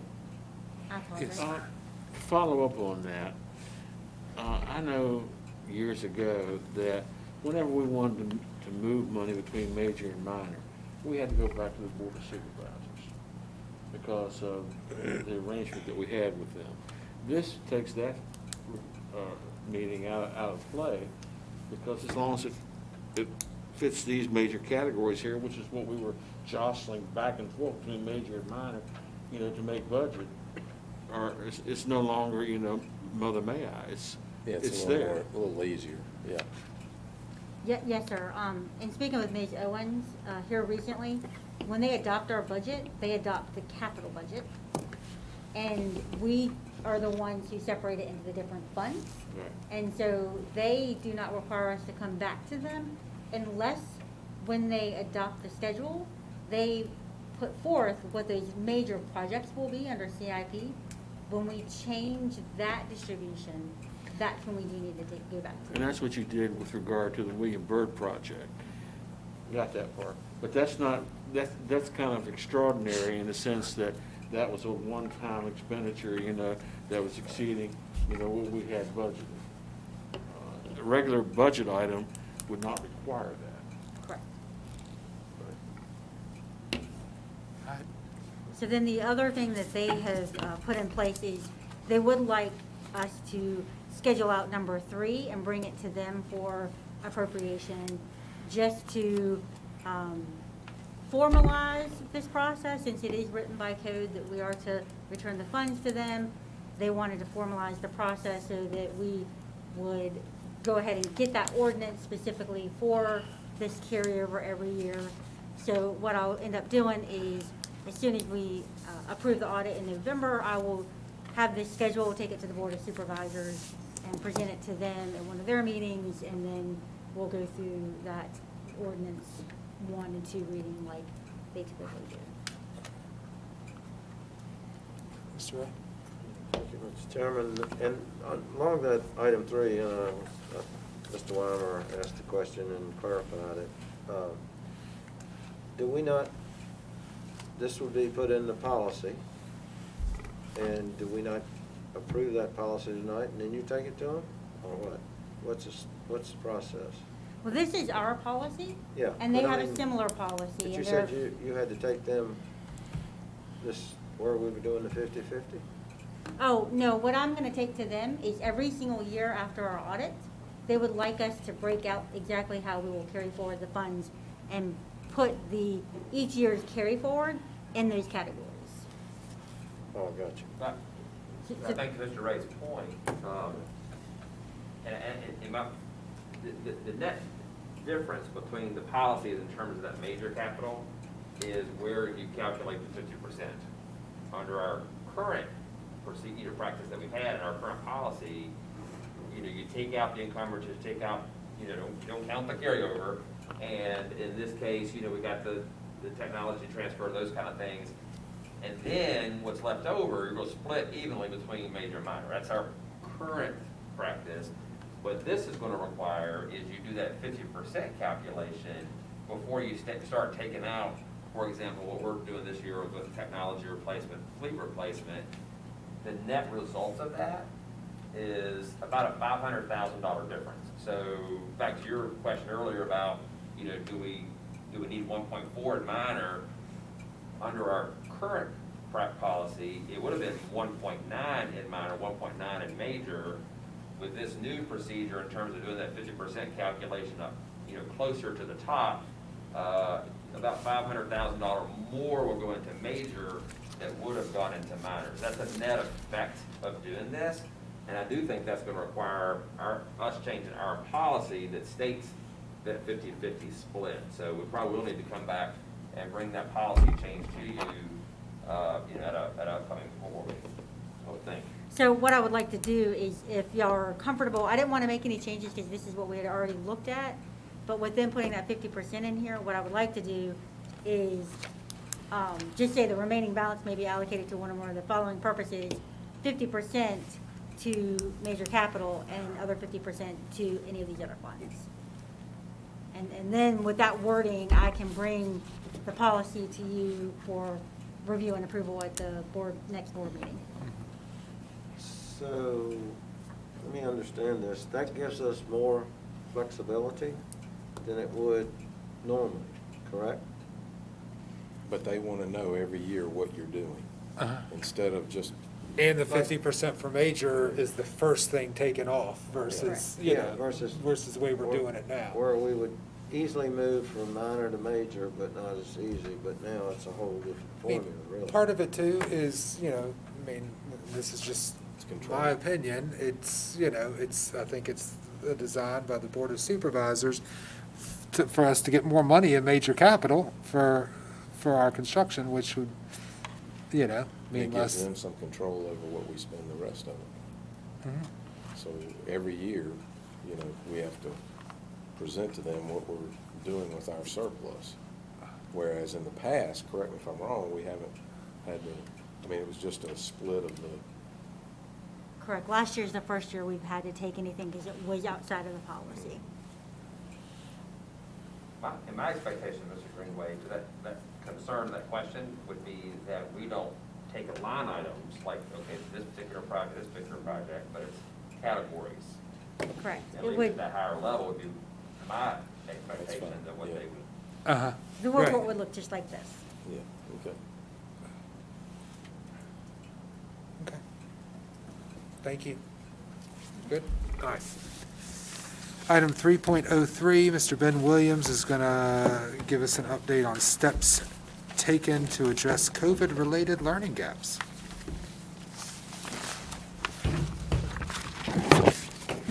Welcome.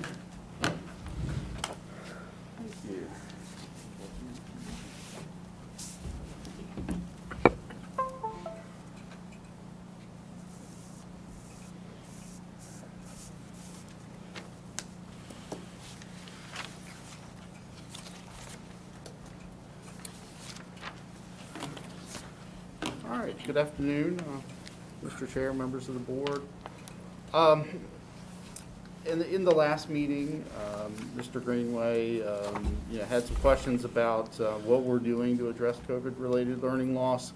Wanted to go through that process that we've taken this year, and certainly, once I go through this, take any recommendations you have. And we have done a lot related to this. There's no doubt about it. As we look at trying to bounce back, first thing we asked ourselves was, what's the extent of the problem? And that takes data to do that. There's certain questions we have. How's achievement changed from spring 2019 to spring 2021? We've seen the SOL score differences that I've presented to you, and also included that on a slide coming up. How have reading levels changed from fall 2019 to spring 2021? I think we've got various data sources for that. K1, the Fountas and Pinnell, 2 through 8, the Lexile levels, which foundational skills are missing in reading. We've got our data sources for that. So what we've done and actually are starting to sort of tie up right now is, what is the overall extent of the issue? We've got better longitudinal data on the reading than we do on the math right now. And just to give you an example of the types of things we're looking at SOL. Now, when I show you this report, this is the broad 30,000 foot view. When we're looking this at the school level, we're looking at this down to even the student level. I mean, definitely not looking more, as much at the county as we are looking at grade levels, groups of students, et cetera. But definitely looking at previous SOL success. And in terms of reading, this is something that that I found pretty interesting, and we've broken this down by school, by grade level. I mean, by class, everything. Reading level impacts of COVID-19 2 through 8, because that's our best data coming from our Lexile levels using the RI, and the percent of students meeting the college and career ready fall benchmark. That's sort of there's a million things you could look at. It's not really the percentage of students you want to be looking at here on this chart. it's the impact from year to year. So what you see in the orange is our last non-COVID year, and in the green would be this year. And you'll see that we have a small learning drop at second, a little more at third and fourth in terms of the reading levels. But then once we hit middle school, really starting from actually about fifth grade, it's almost the same. Not a big learning loss in terms of the reading at fifth, sixth. Seventh, you see a little bit more. That's actually one school difference. If we took one school out of the equation, you'd see that pretty much equal, and that's a Southwest County school. It's odd, and the reading data, you'd be surprised that it's actually some of our Southwest County schools actually had the biggest drops from pre-COVID to post-COVID. And then eighth grade, that was flat. So we're not seeing massive reading changes in terms of the middle school, but we are seeing modest changes or modest declines from pre-COVID at the elementary level. Not something that is necessarily terrifying at this point. And the other thing we're seeing too is if you broke this down to the school level, it's sort of random all over the place. It's not all the low SES schools are the ones that are dropping considerably. It's actually quite random as far as which schools we're seeing the drops and which ones we're not. And sometimes it's also by grade level.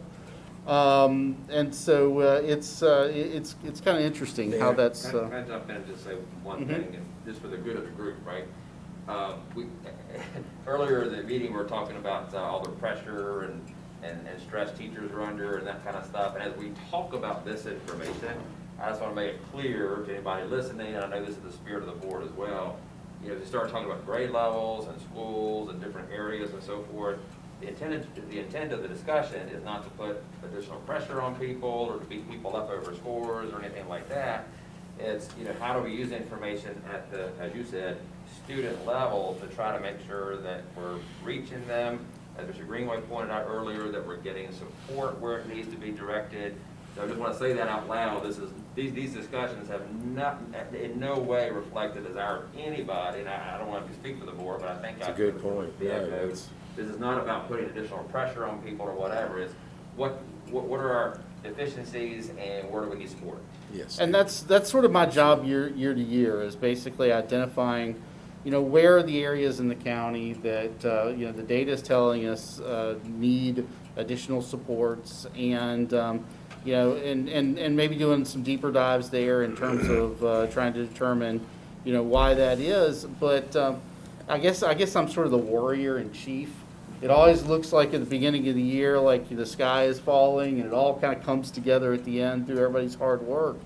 And so I guess, you know, for what I'm trying to show you here is sort of the things we're looking at. And I'm not showing you down to the school level simply because I think in this sort of forum it's better to look at the division. But we are looking very, you know, at much more granular reports. Ben, can Yes. I ask one quick question there? I get that you're not going down to the school level, but, and I don't know if you've even had time to assess it this way, are you seeing the Title I schools being in a different realm than the other schools? The biggest drops at the Title I schools are in the math. The math is what seems to have, you know, have taken the biggest hit. But in fact, the relation- reading, you would think this would be weird, but like one of our Title I schools, the reading is actually higher now than it was pre-COVID. Okay. So it's not universal at the reading level. Now, at the math, it's universally low, and it does seem to be a little worse at the Title I schools. Okay. So I definitely think that if we were going to say that COVID had an abnormally large impact, I would say the abnormally large impact is more on the math side of things. And this is the kind of report that we look at when we're looking at individual students. This is what's called SDBQ report, which is a student detail by question report. This particular one's from third grade math, but what this tells us is a teacher would look at this for a student, and each of these is a descriptor of a question on the growth assessment at the beginning of the year, and this would tell the teachers essentially, in different categories of questions, which questions the student got right, which questions the student got wrong, and it would give them an idea of what's been mastered and what hasn't been mastered. And so, you can look at this real quickly and see, which ones, in fact, the computation and estimation here, they're pretty strong. They only missed a single question. Over here, they missed half on the number sense, and we know which questions those come from. And so that we can target, when I work with the student individually, not necessarily me personally, obviously, but when somebody works with this student individually, we know exactly what to work on. And, I'm going to be working on comparing fractions using models, words, and other symbols, and symbols. That's what I'm going to be working on first. And so we're getting that sort of information down to the school level. We have IXL math, which is giving us the same thing. IXL goes a step forward and even tells us where to go next with the student. So we've got some really, cool information that we can use. Now, some other things that we consult, those were just examples.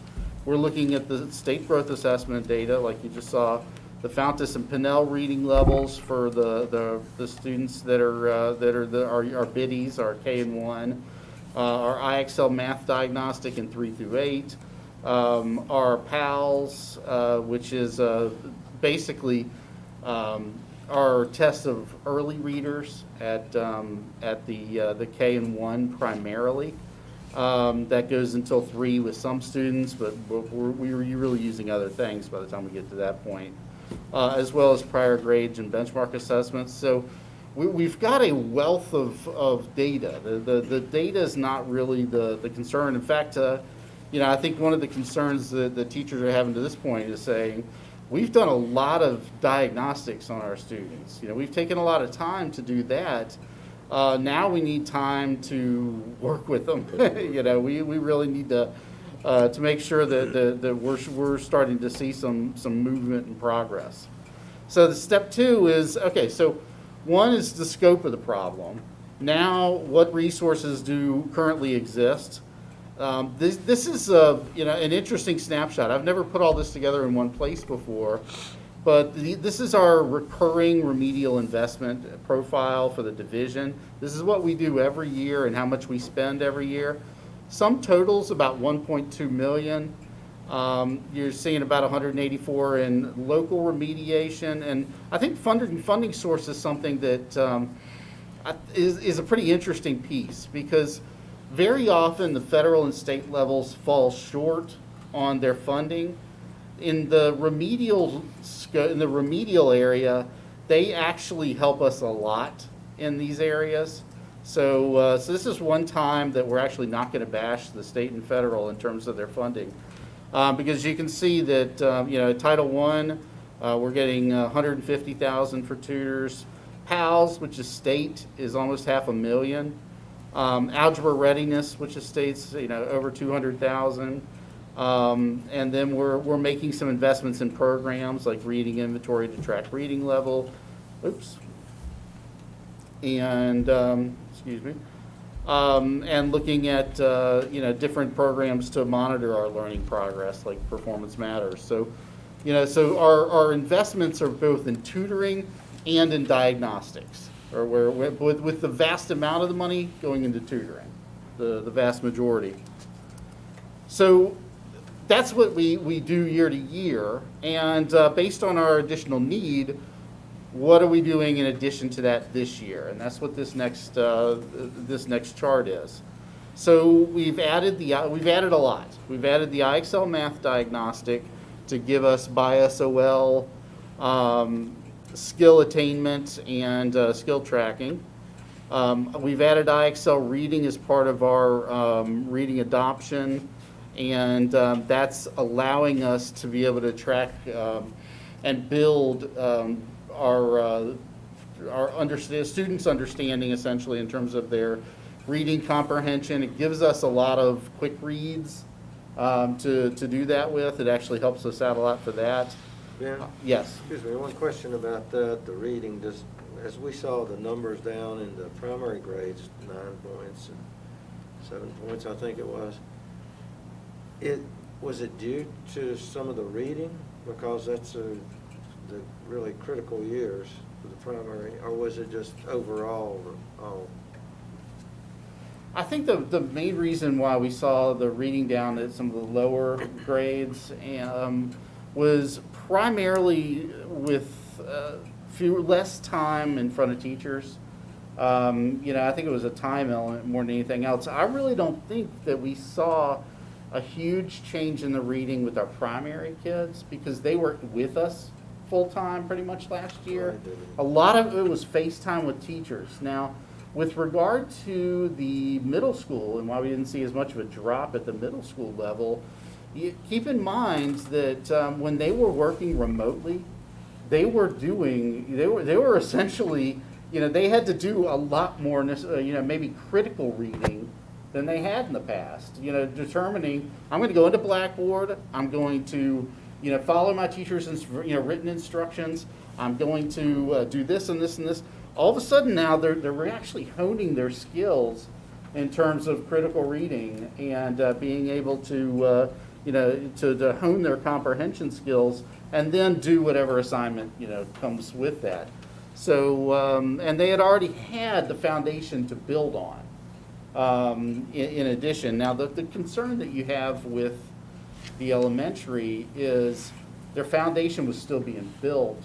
And where we saw some of the drops that, especially around 4th grade, we didn't have them as much. And so I do think that we have plenty of time built in to solidify that over time. And so I do think you're going to see reading levels jumping back up over time. Pretty confident about that. Can I say one more thing about that? Yes. And I think you already said this, but that's one thing that's one of the main reasons that we were so adamant, and thank you for supporting this. We kind of went out on a limb last year to say, we're going to put classes in libraries and cafeterias or whatever it takes to get those pre-K through 2nd grades in from day 1, 5 days a week. We added 3rd grade, added 4th grade. I hate to see what those would have been if we hadn't done that, at your point, in those primary formative years. So just grateful that we did that because in places where they didn't do that, I mean, it's a struggle. Those early years, like, as you're saying, are foundational to those reading. They absolutely are. You lose those early years, and it could have a ripple effect all the way through to graduation. But So I Ben, do to the think point- that we were, that we're not going to see that ripple effect through to graduation by and large in the reading like we could have had you not done that. The math is a bigger concern. Yes. Yeah, so in this, the K and 1 is not, we don't have the data, or you didn't, you thought 2 to 8, but. I've got data. It's not necessarily in a format that maybe would be great to show you, but we certainly can provide additional data on the biddies in terms of their reading level. Math I don't have. Now math, the problem with math is our new diagnostics in the math, which are the IXL diagnostic and the new state growth assessments. Those are brand new for this year. We didn't have those in place in previous years, so I really don't have I don't have a data set to compare it to from 2019. Well, where I'm going with the K to 1 idea is obviously foundational, right? So, and I'm hearing that there are some that don't know their ABCs in the 1st grade, right? And maybe you probably already know all this. I'm preaching, but Yeah. again, and I'm not, Lord help me if I bring this up, I'm gonna get shot. But is there a way, and I'll ask Dr. Nicely, is there a way that teachers in those particular grades, I'm almost afraid to ask this question, can pull off those masks to enunciate and to help these K-1 kids? You know, honestly, that's not that's really not something that falls into my purview. I know it. So, But that's obviously gotta be a tough thing for one of those kids, right? One thing that some folks have done is gone to Shields, where you can see Okay. you can see the. How about that? I mean, can we have a compromise here at some point? The compromise isn't for us to give it to public state health orders, so it's not. Well, it's not ours to can we give. ask Dr. Morrow, can we go to Shields for the kindergarten and first graders? Yeah, you can't. That's. You can't, or you can? And again, that's not our decision. No, I that's- get it, yeah. but, Yeah. you know, at some point, this education's gotta be, we gotta, you know, Yeah. I these- don't think that's the culprit here. I mean, that could be, maybe a small part for some people, but I think our efforts. kindergarten and first grade, I think it's huge. I get that as you get a little older, that may not be as big a deal, but especially for the poor population and, could we wear 2 shields? I mean, could we wear like a hockey face guard or something? I'm Yeah. trying to say, You know what for they these do, to kids your to be able point. to see that, especially Right. these poor kids. Right. So what they do, for example, with your, like speech therapists and people like that, to address some of those needs, is actually use the clear mask for that very reason, to address some of those things. So I think Could we, the could we health consider teachers- giving our teachers in those grades the clear, whatever it takes for these kids to be able to see those teachers' faces at that level? To me, and I don't know, you're I'm not an I get, I'm not an educator. But I just got to imagine that kindergarten or first grader not seeing that teacher's face and enunciating those words. We'll find this out in a year or two, right? How big a problem this is, or maybe it won't be. Maybe it won't be. But It's certainly am I wrong? No, I wouldn't say you're wrong. I don't know what the net effect is. This is kind of new territory for everybody.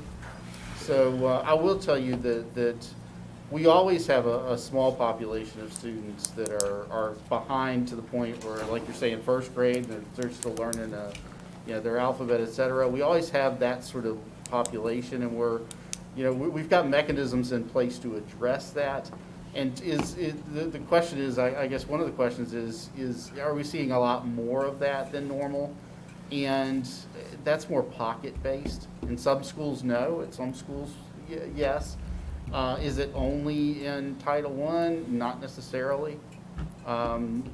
We're seeing some places, some low pockets in places you wouldn't expect.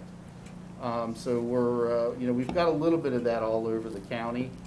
And so, there are a small number of kids for example, at the kindergarten level who've stayed back in kindergarten to get that extra experience there.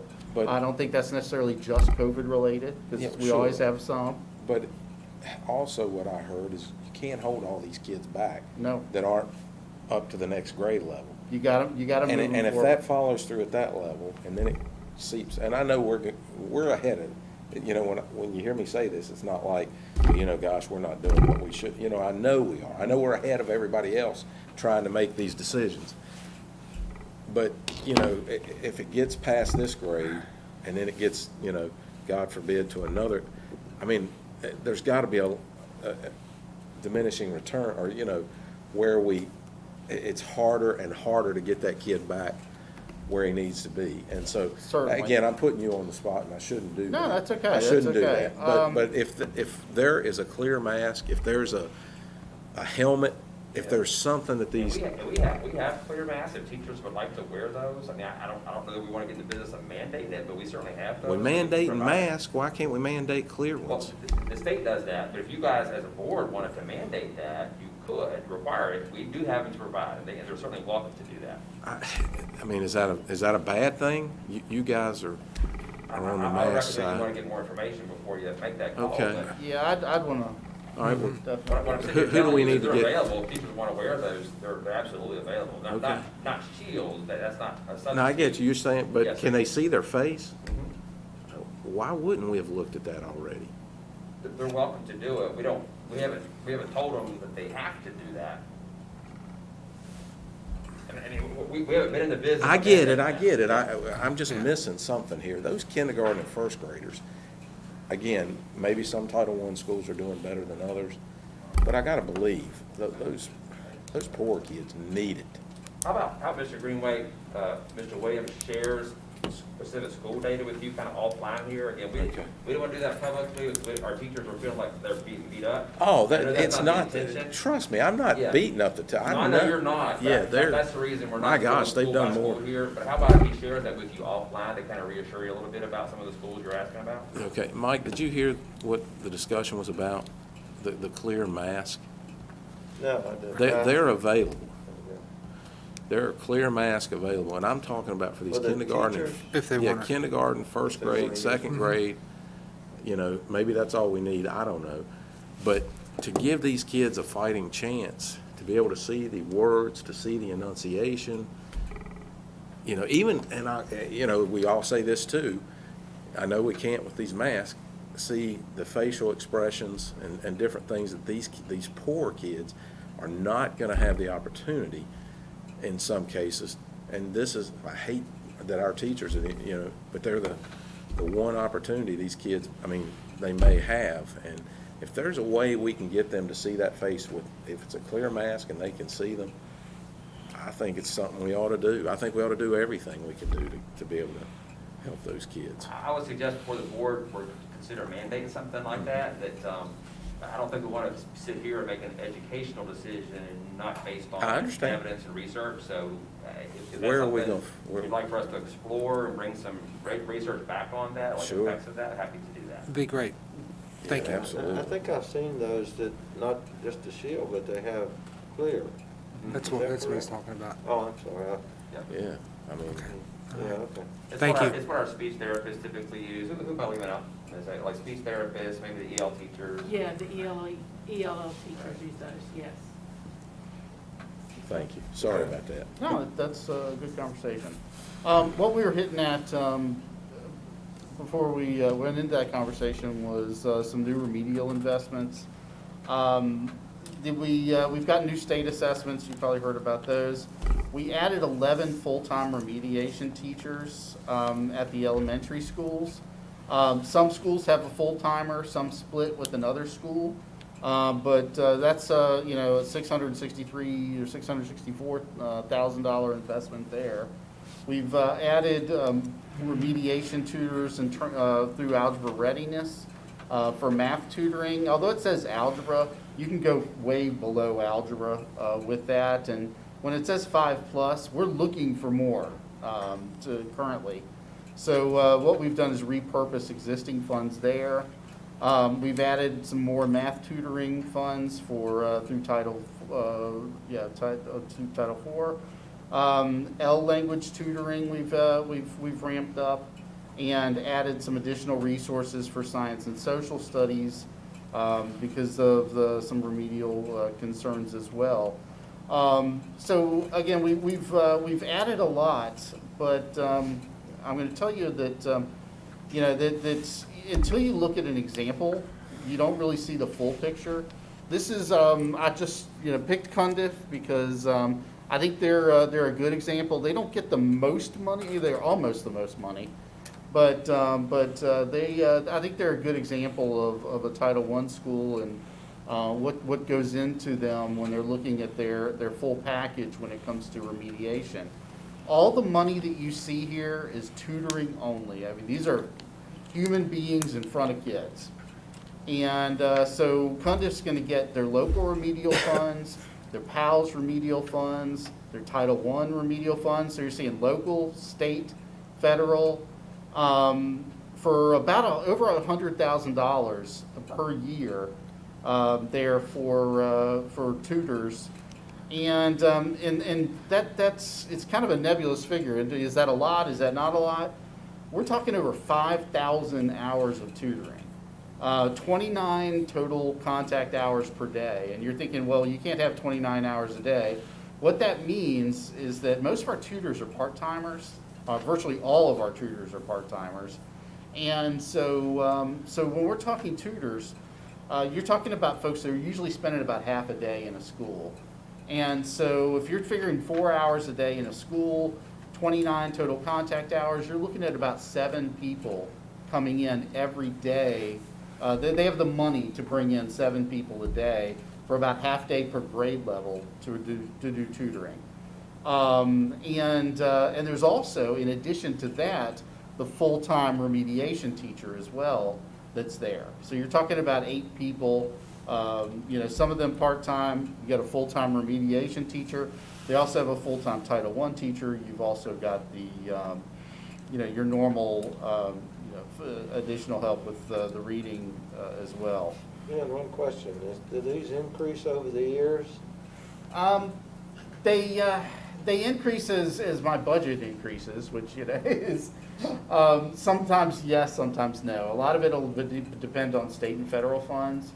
But by and large, they're mostly, they're mostly flat through the years. We try to keep them whole year to year, but the money does change and switch, ebb and flow a little bit, because the way we do it, especially with our local funds, is we don't give our local funds equally to schools. In other words, we look at need first. And when we look at need, we're looking at a couple things. We're looking at what do the diagnostics say, where we have the most hot spots. The other thing we're looking at is SES. For example, when I do remedial funding, I don't do it based on school population. I do it based on school population of free reduced lunch students. So that if you've got more free reduced lunch students, you're going to get more money. Because obviously there's the link between low SES and need there. So we've got our internal algorithms essentially for how we fund built so that schools who need more money get more money. And the state has the same with the PALS. The more kids identified as having need in PALS, which is reading remediation, the more money goes to those schools. Same with Title I. Title I goes to the low SES schools only. And there could be a big gulf, from school to school. You might have one school who's not a Title I school and they, perform really well and they're, a little more affluent, maybe getting $25,000 a year. And you've got another school with the same student population or same, total population, but they're getting $100,000 a year because their need is so much more. So we definitely, have, and that ebbs and flows as the population changes, as, How are you doing free and reduced lunch when they're all free now? I mean, how are you using that formula? Well, what we're doing right now is we're using essentially what would have been the number of free reduced lunch, and I'm using some of the older data, not old, it's like 2 years old, but using some of the older data on free reduced numbers until I get that back to a normal reporting. So there's a little lag there, but if you look at that lag in comparison also to the number, how the data sorts out, it's I feel like we're definitely getting the money going to the schools that need it. And our biggest challenge, this is one of the big takeaways that I wanted to impart, money is not our biggest challenge. Our biggest challenge is human beings. And just like you've heard with bus drivers, just like you've heard with with substitutes, we're having a hard time finding qualified remediators. And so schools that have the money to bring these bodies in, to bring these folks in who, in the past, a lot of them have been retired teachers. Retired teachers are gold to us because they know our schools, they know how to teach kids, they know their way, they can, shift fairly seamlessly from student to student and situation to situation. Retired teachers are gold, and we're not seeing as many retired teachers, partially because of COVID, willing to go back into the schools and remediate because some of them are afraid, for their health. They're at that age where they're very vulnerable, and you certainly would understand that. So we're seeing teachers now being used as remediators who are maybe folks that decided to stay home and, raise their kids, and now their kids are getting a little older and they're coming back in just to have, some relationship with the schools, but maybe they were a teacher 5 or 6, 7 years ago. We're seeing those folks coming in some, but we're still having a harder time, finding qualified remediators. Now, at the secondary level, finding folks particularly that are, that understand the math.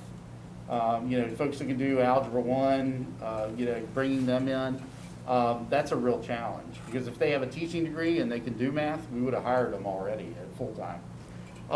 So that's something that, that has been a challenge this year. Ben, Mhm. let me ask you a question, and this might be for Stephanie too.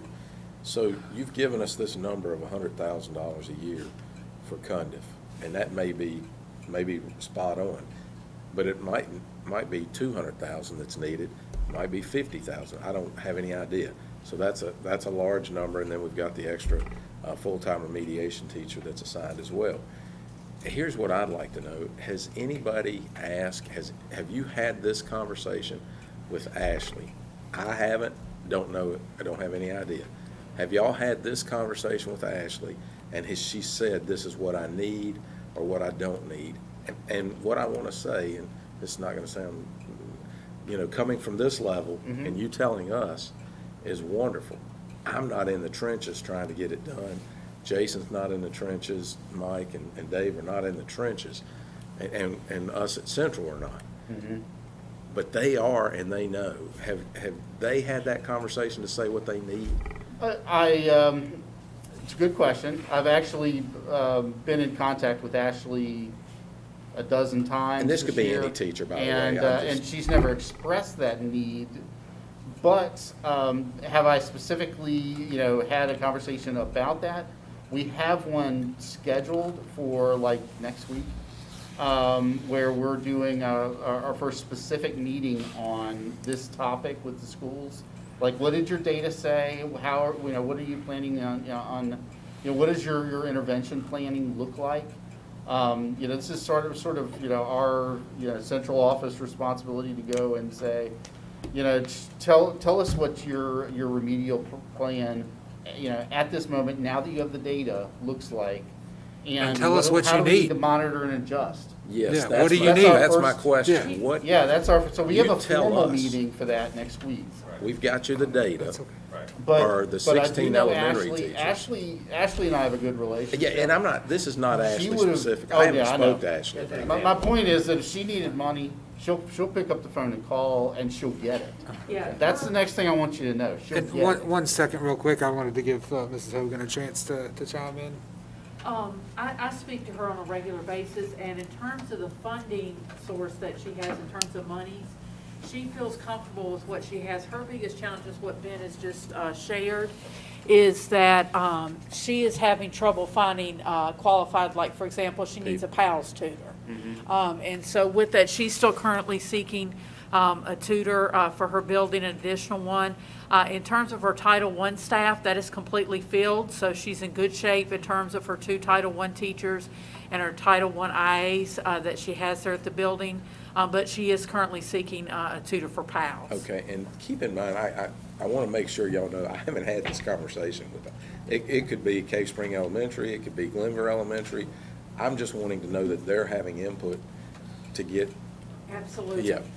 Yeah. what they I mean, need to get this To be done. honest with you, if a principal calls right now and says, I need X amount of dollars, 90% chance they're gonna get X amount of dollars. Okay. And I always keep some holdback for critical situations, where I can say, okay, now the data's moving us in this direction, and so I can pump some money into that area. And the other piece is, this year, I think that with all the other sources of funds, we can certainly find the money. Now, the trickiest part, though, is finding the people. The other thing that's gonna help us out is something y'all did today, which relates to the subs. Yes. You might not think that subs and remediation have a relationship, but they actually have a very close relationship. For example, if I'm at an elementary school and I have exhausted all my people, I might have to pull that remediation tutor to cover a class. Just because I didn't have a body to put in front of that class, and I can't have a class sitting with no adults there. So all of a sudden, where, you know, the tutoring that they would have done is lost for part of that day while they're monitoring this class. And so, you know, if we can get the sub situation better, it'll help as well. The other thing is at the secondary level, a lot of our teachers do it during their duty periods. One of the things that they do is they try to schedule math and reading teachers for each block available so that we can move kids in and out for remediation. That's one of our great strategies that works well at secondary.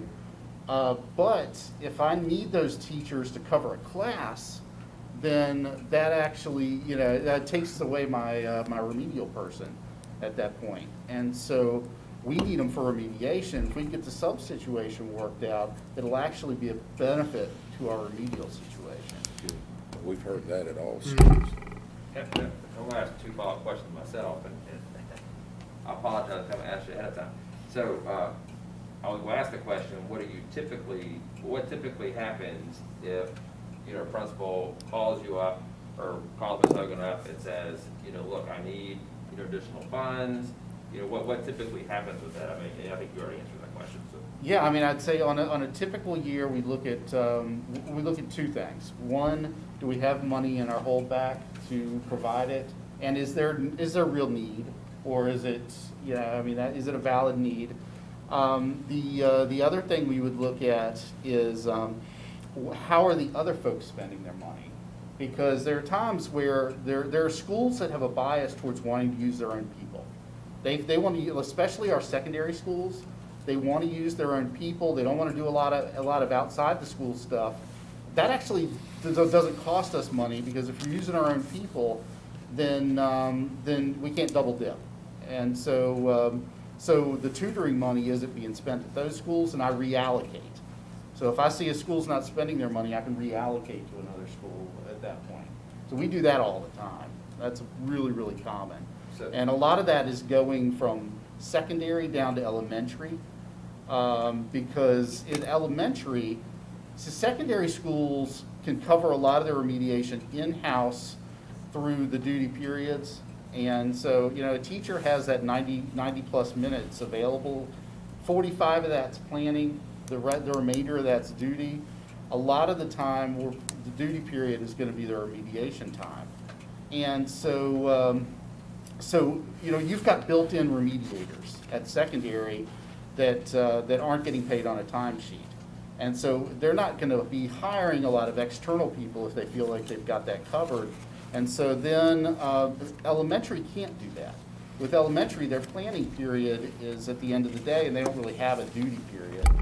So the way elementary works is, you know, they're teaching, you know, all the way through, and they need to bring in additional people.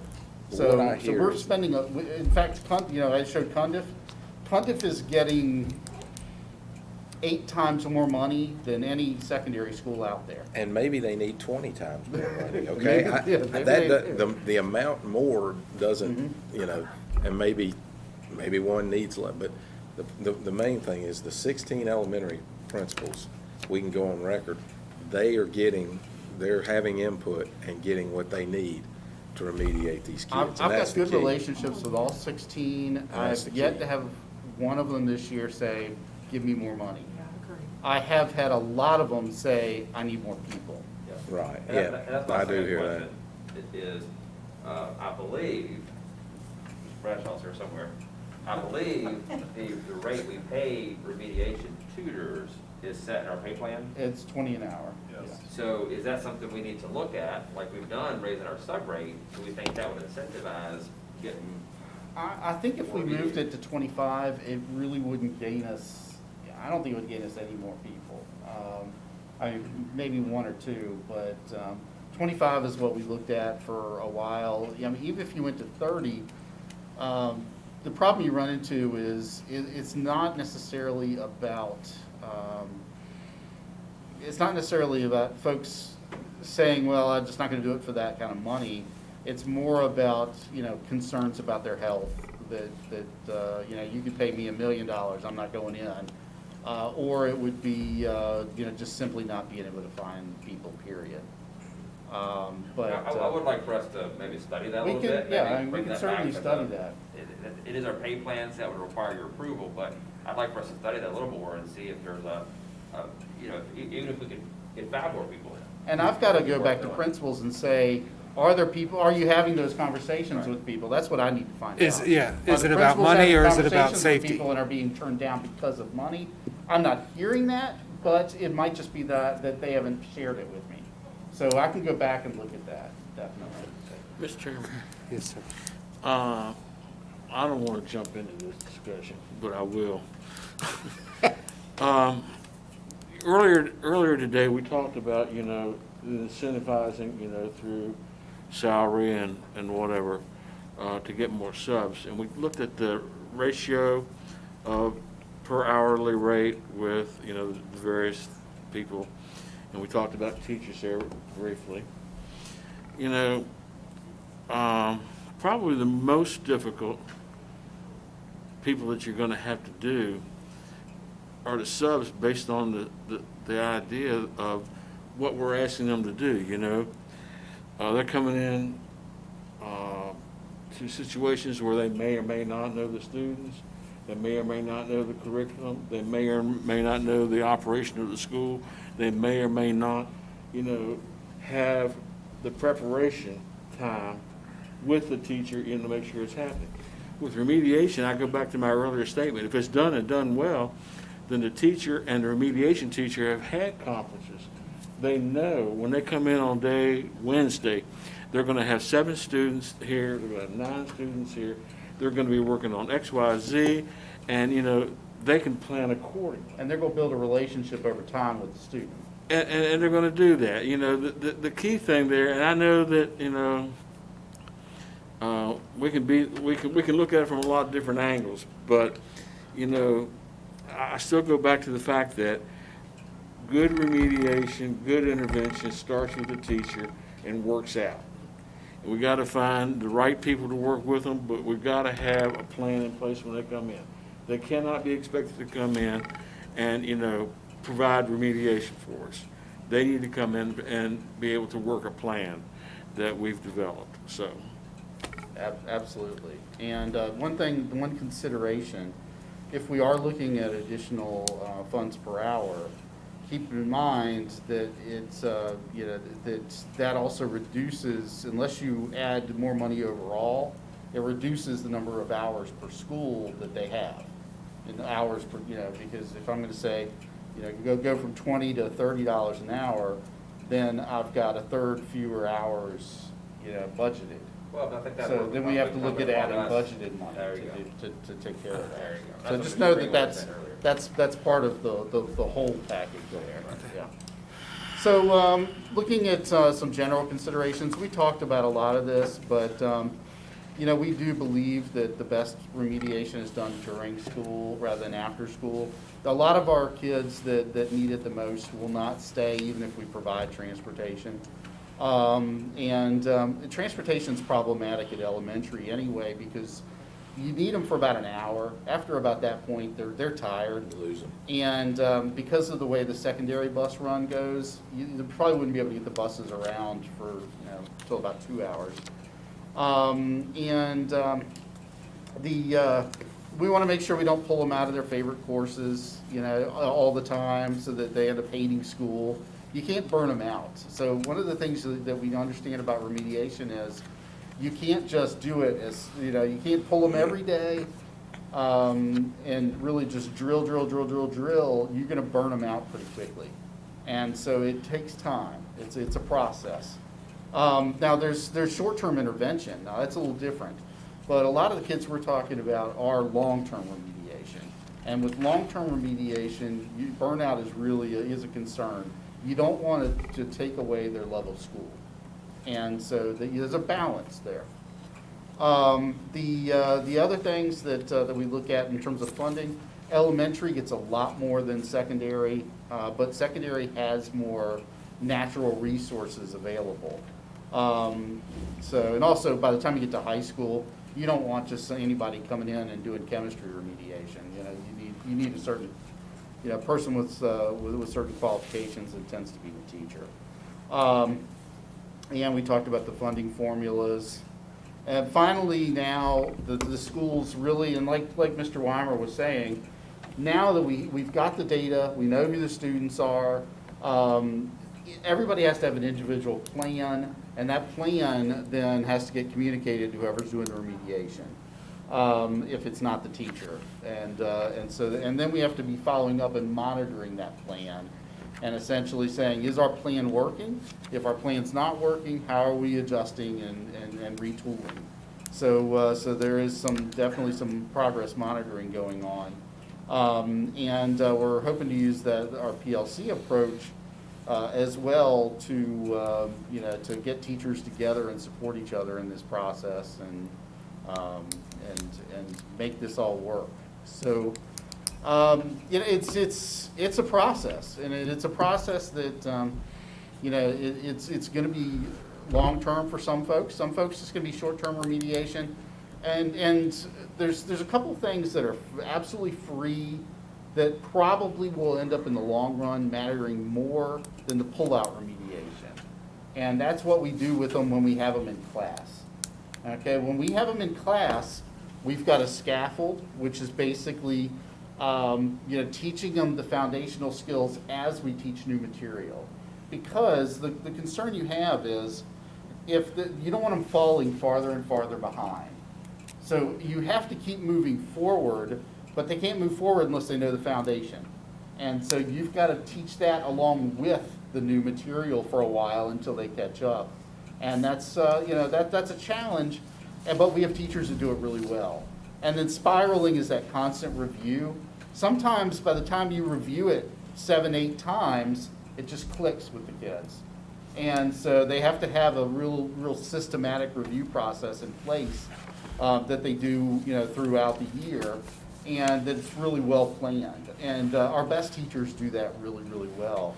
If they do those two things well, the majority of our kids who are behind through the school day will catch up, just naturally catch up, because they're going to basically revert back to where they were.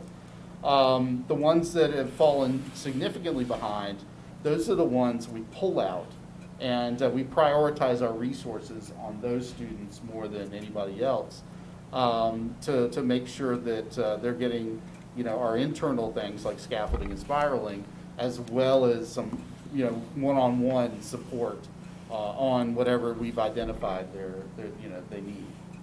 That's the next part, is that sort of a tier. We've got kids that we think need in-class help. We've got kids that need short-term outside help, and we've got kids that need long-term outside help.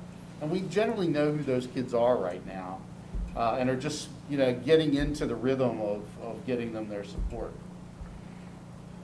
So that's what's going on, and it's a process. It's a process, and I think that for some of these students, it's going to be a multi-year process. For some of them, it's just going to be a multi-week, multi-month process. But it's something that honestly we're used to dealing with. We have these issues all the time.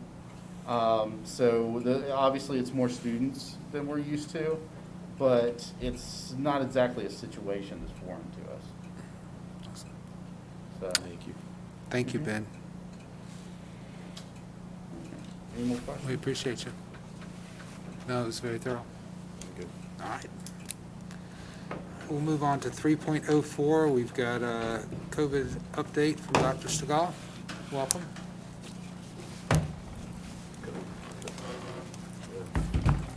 You want to let her do her thing? Yeah, Dr. Stegall, Yes. I'd just like to preface, I know you're gonna go about our updates and through all the charts and things, but I'd just like to thank the parent that contacted me about some questions when they have the COVID and testing, the responsiveness. They were very pleased with the way the nurses and the teachers responded to these situations. and then testing being, the amount being charged, and also the time frame. And I know that you're going to go over that because I shared it with Dr. Nicely, and the other board members have seen it. So I know you're going to include that into your presentation, but I thank for the input from the parent that sent it to me, and where we get the information, how we post that information, where they can see it. So thank you. Oh, the cord is not, there we go.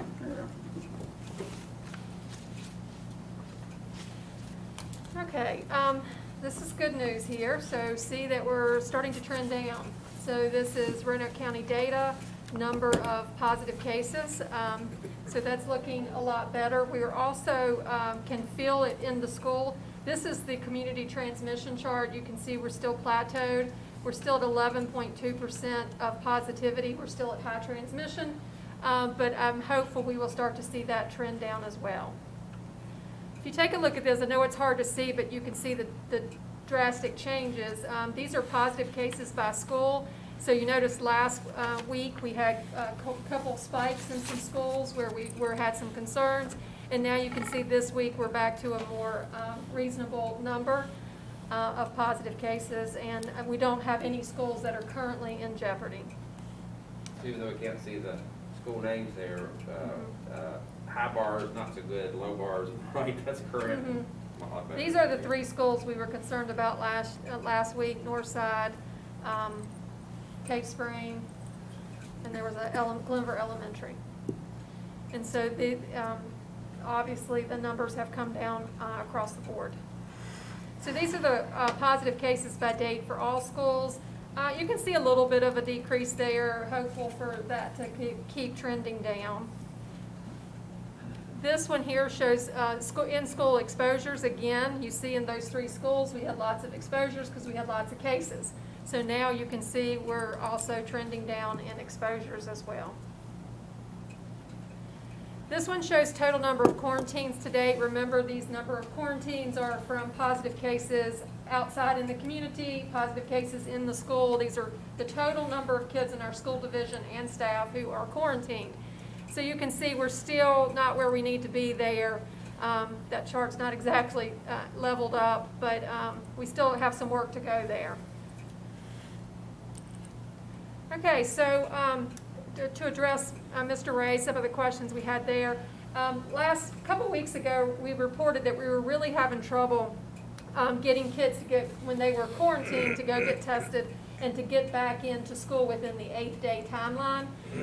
So nurses have a list of information that they're providing to the students and the parents anytime they're quarantined, and they say, here are the quarantine measures you need to follow. If you would like to be tested, here are some locations that you can go and get tested. So the way that works is the quickest way you can get back into school or back to work is you go and have a PCR test on the 5th day after you've been exposed or after you are showing symptoms. So after the 5th day, you can go get that test. On the 8th day, as long as that's a negative test, you can return back to school or work. The problem was happening several weeks ago that they were going to get the test. They were having trouble finding appointments. That was delaying appointment time, which was delaying their time to get the results, which was delaying their time to get back to school. So since then, though, the health department's very aware of that concern, and they have opened up more availability of testing sites. We also have lots of vendors who are popping up. For example, there's a new one in Vinton. So they are called Dynamic Medical. We found out about them a couple weeks ago. Charlene sent that out to all of our nurses, so our nurses have had that in their list of places they can go. Many of these locations are giving 24 to 48-hour results. So, I mean, I had a perfect example of this. My son was exposed at school. He is vaccinated. He started showing symptoms. 100% sure he had COVID. So very first thing is I go in, I look at CVS, couldn't get an appointment. I look at Walgreens, can't get an appointment. I had to keep going through all these locations until I could get an appointment. This was about 3 or 4 weeks ago. So I think now there's more providers out there. Carillion, if you're a Carillion patient, if you go to your primary care physician, they will write you an order to go to a postal drive. So there's lots of options there. These options here don't cost you anything. You can use your insurance, and they do not charge you, or if you say you don't have insurance, it's covered by a federal fund. CVS is an option. They have multiple locations. Walgreens is an option with multiple locations. And then Dynamic Medical is a newer one on the scene, and that's in Benton. And then, of course, if you are with Carillion, you can go to primary care, and they will send you to Postal Drive at no cost. And just to show how things have changed, like I checked yesterday with the Dynamic Medical, that's of course right here in Roanoke County, and, plenty of appointments available, so I know the availability is there. And another one that's on, our website that we've added is the health department actually has several sites as well, so we've included that link on our website as well, and again, no cost, and, 24 to 48 hour turnaround time. And if you're getting that test on the 5th day and can't return Yeah. until the 8th day anyway, with a negative test, 24 to 48 hour turnaround time is acceptable, correct? I That's mean, right, yes. And after that waiting period, they come anyway, right? On the 10th So, day, I they mean, can it's, return. and if you're close to that, right. do you pay the cost of $300? I guess it's $295 or whatever it is. $300 to, and it incurs into the weekend. And I guess, for parents that may not be able to afford this, I know they turn it into insurance, but you gotta maybe upfront the money, who knows? But isn't there Or only, you don't? all of these Okay. places that you have on the screen are filing insurance, so there's zero out-of-pocket costs, just for No, they Or if you clarification. don't have insurance, they Yeah. don't charge anyway, They, they charge they it can to go the to grant. these and pay zero. That's And important to are they- know, because I think yeah. there's a lot of misnomers out there It about, is. who's paying for the test and, so, being insurance or not, the providers that that are up on our COVID dashboard or our COVID site, they all accept insurance or will bill the government directly, correct? Perfect. And these are, are there any districts doing in-house testing? So, if you want- Well, so I checked with Franklin County, because that district was brought up, so last week, because, they don't have all these providers within Franklin County, there's a little bit of distance there, we're fortunate here to have them here local, but to try to hook up with Dynamic Medical is who they're using. Again, they're here in Roanoke County, but if you live way down Franklin County somewhere, it's more of a distance to get to. So they do have a thing where they can do the test there, Dynamic Medical goes down and picks up the test, takes them back, and gets the results. But again, folks here in Roanoke County can go directly to the lab, because it's local. And I guess the distribution of information, how can we best disseminate this to the parents so they got it and not over the weekend or over the, constantly looking for who they can go to?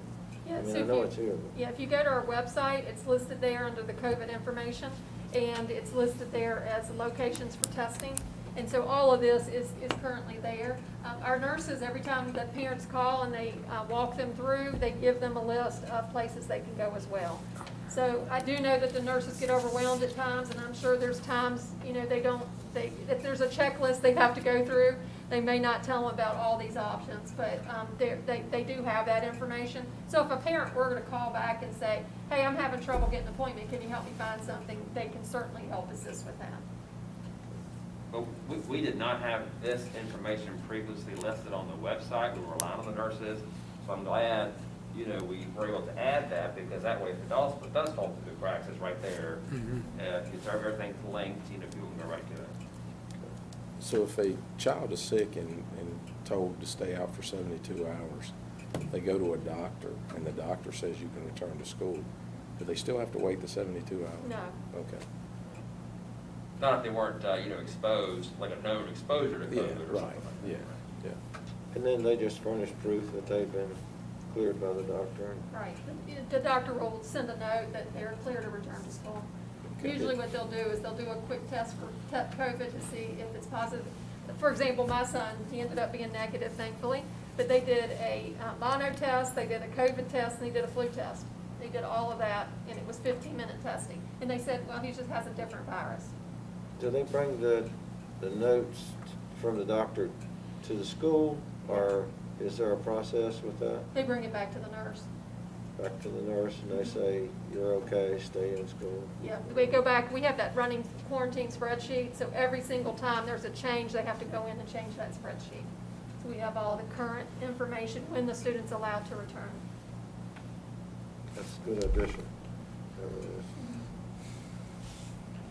Well, just, you know, we try to thank everybody we can, but, you know, sometimes people raise questions like, well, you know, the cases aren't accurate on the website or something like that. I mean, there are so many folks working behind the scenes, and, you know, the nurses certainly, there's folks here putting input and data.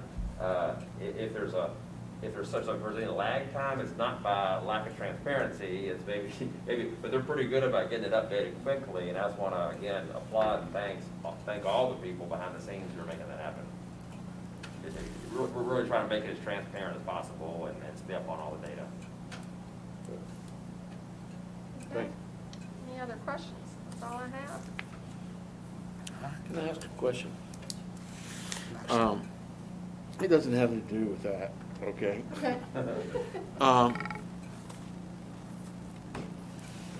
Governor Northam the other day made a comment that the state is developing plans for rollout of the COVID vaccination when it becomes approved in the state, and that schools will be involved. Have we received any kind of direction from the state, and can you give us kind of a thought about what they're thinking? You talking about vaccinations for 5 to 11-year-olds, you're talking about the Yes. OSHA requirements? I'm talking about the 5 to 11. Yeah, so we've been working with the health department for several weeks now. Probably about a month ago, they asked us to send them our numbers in each of those age ranges. We've done that. And then we had a conversation with all the local superintendents, and we talked about how we would want to have that happen in our school division. So we sent them a plan. Our thinking is that we would do it by feeder schools, so we would have a clinic set up at each of the high schools that elementary would feed in. Our hope would be that we could start that from 2 and run it to 5 or 6, and then that we can get the high school kids and the middle school kids vaccinated if they choose to do that and have it, or if they need their second shot. So we could take care of any staff members who would like to get vaccinated, we can take care of any secondary students, and we can also take care of all of the primary students who would like to, and we don't want their parents to bring them. So that's why we want to have the evening hours, because we feel that parents will probably feel more comfortable bringing their primary children. And I guess that was the point of my question, you know. I think that the underlying question for everybody is, you know, we've already encouraged them, you know, to be vaccinated. But beyond that, do we run the risk of, you know, being overly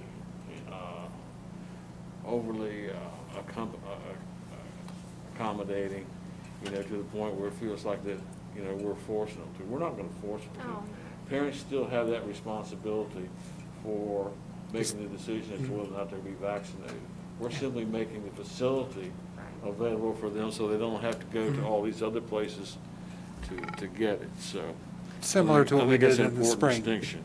We did the same thing in the spring, you know, Right. for. Well, let me say one more thing about that, because we are dealing with kids who are much younger, and what I'm getting ready to say is, we just had a call today with the state folks, and, you know, there's a balance between equity of access and other concerns, you know, so, you know, in a lot of places, they're really encouraging it to do during school hours. I mean, you can do it that way, because we do have the loco parentis, as long as, you know, parents sign their permission and so forth.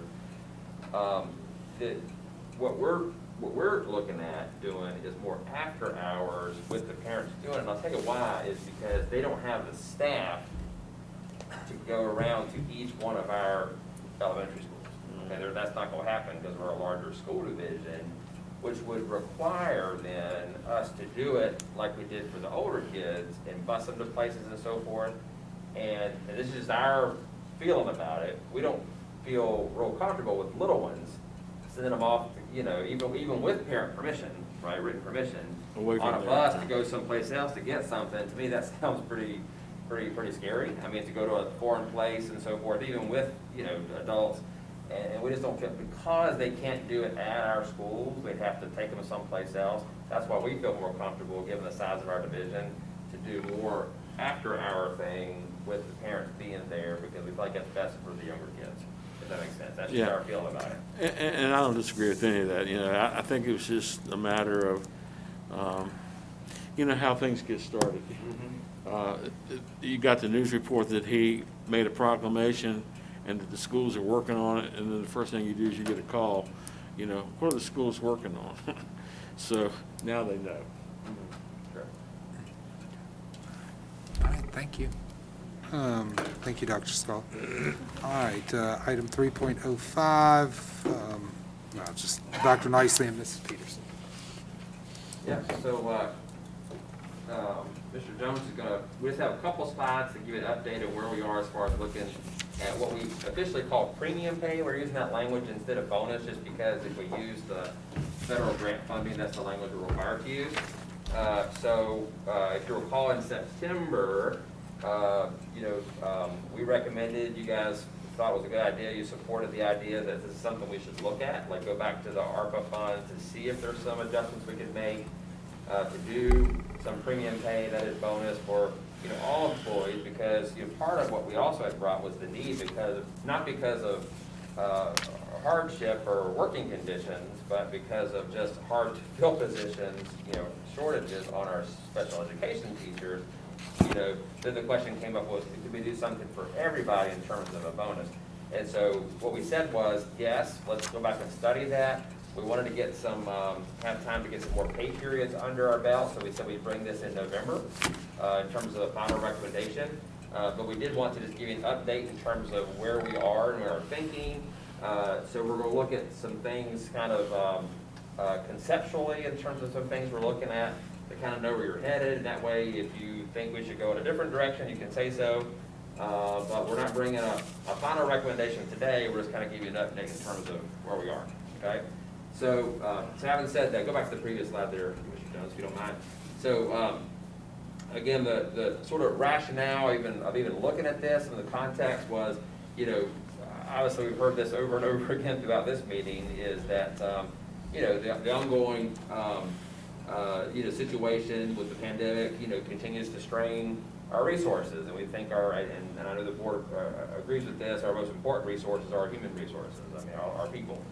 And that includes, all of our people. So all of our folks are obviously facing extraordinary challenges to meet students' needs, and not just the physical needs or academic needs, but everything else that I know this board supports. That is everything around mental health, social emotional needs, as well as the academic. And these needs, meeting those needs, directly or indirectly impacts all of our staff. That includes, obviously, we think of teachers, we think of what our nurses are doing. We think of what our instructional assistants are doing, our counselors, but there's all kinds of other folks like our therapists and even the admin assistants who have to take those calls, and help with the contact tracing calls and dealing with the attendance and all that kind of stuff. The extra load and stress and affects everybody. So again, thanks to all those folks for doing this, but we're just trying to recognize that it does affect everybody. So again, in the September meeting, we said, hey, let's look at this and explore some ways to look at the ARPA funds to see if we can make some adjustments to try to carve out some, again, the official language is premium pay, but some kind of bonus, and then, let us come back to you with a, recommendation. So here's kind of what we are in terms of our thinking, and I'll just kind of go through this briefly. Ms. Peterson and I have talked about this, as well as our other staff members or other directors, in terms of figuring out what we think is doable and reasonable. Again, these are all needs, but it's a matter of just kind of diverting some needs in order to take care of this need. So these are not all the line items that were included on the ARPA grant, but these are the ones that we identified to say, hey, we think we can make some adjustments here. One is the hiring of additional instructional assistants. We've hired 8 so far, and we think that we can continue with that. If we make that adjustment with the 8 that we've been able to hire, look at doing that for a 2-year period through the grants to the 3 years. We can free up some funds. The special ed funding, we want to continue that certainly over the 2 year, this is for our additional special ed teachers. But we think we could probably absorb that 3rd year. That's not a big chunk of money, but we could probably absorb maybe some of that in our operating budget by that point. We do want to do the designated teacher sub. We didn't bring that up, by the way. We've made good progress.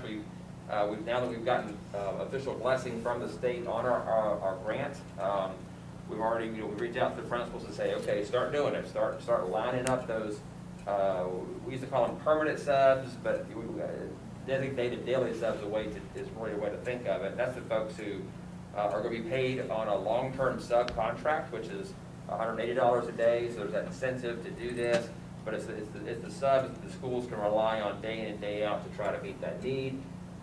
Again, we definitely want to do this through the grant for 2 years. We think that that'll start to taper off for 3 years, or by that time we can say, hey, that's something that's so important, we want to keep that as part of our operating budget. That might be something that we just want to do moving forward as far as the budget, but for right now, we think we can carve out some money out of the grant.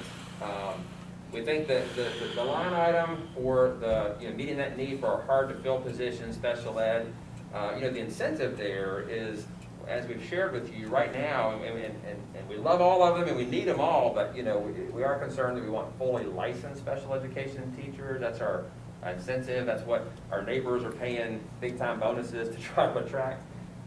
If we use that supplement for only our fully licensed folks, that gives the incentive for the provisionally licensed folks, which is 25%, of our special ed staff is provisionally licensed.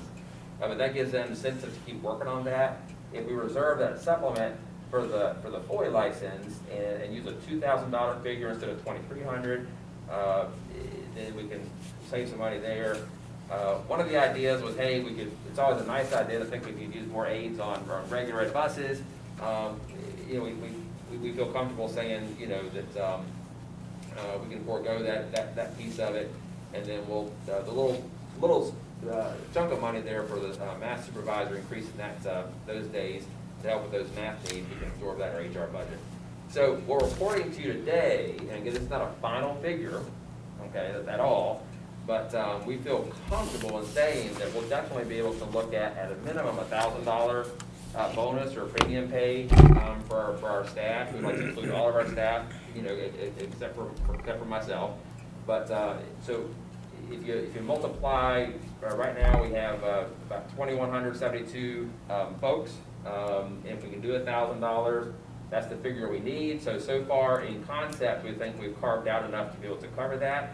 That's not a final recommendation. We hope to even go a little more if we can.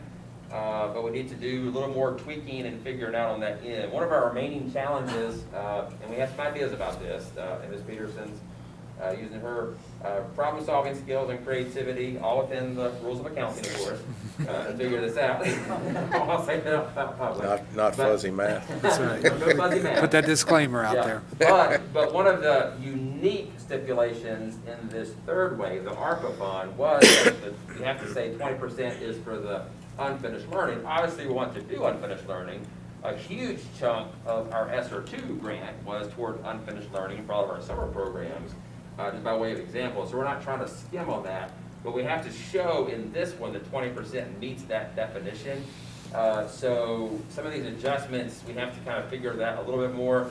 But we're looking at some things like, can we make some adjustments between our ESSER 2 versus this ESSER 3 or ARPA grant to kind of, just make sure that the unfinished pieces are accounted for in the ARPA versus ESSER 2, and do some switching around there if need be, and just it's something we'd bring back to you for consideration if we needed to go here. But we're thinking, based on everything we're seeing right now, even for this budget year, we could have some additional personnel savings, like a little comfort. If we had to look at some other funding in addition to the grant, in order to make this happen, that might be something we need to do. Not there yet, but those are some things that we're looking at. And just kind of want to share our progress with you in concept. Again, we feel confident in saying today we'll be able to give staff $1,000 premium pay, hoping to go perhaps a little more. It's probably not going to be a whole lot more than that, just to kind of be transparent. But that's kind of where we are today in terms of our analysis, and we hope to bring back for you. And our goal would be not even to wait until November work session, but rather either on the 14th or 28th of this month, bring a final proposal back to you. Nice.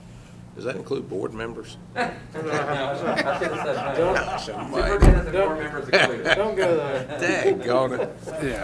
Yeah. I know that it won't change the motion, but, or proposal, but I don't see the need to exempt the superintendent unless it's by law, because none of this happens without leadership, and you and your staff and our teachers and everybody in the system has gone above and beyond what one could reasonably expect them to do for the past 2 years. And, Here, here. you know, if we can find a way to tangibly say thank you, and, you know, we appreciate the work you're doing, the students are benefiting from the work you're doing, then I think this is a good idea.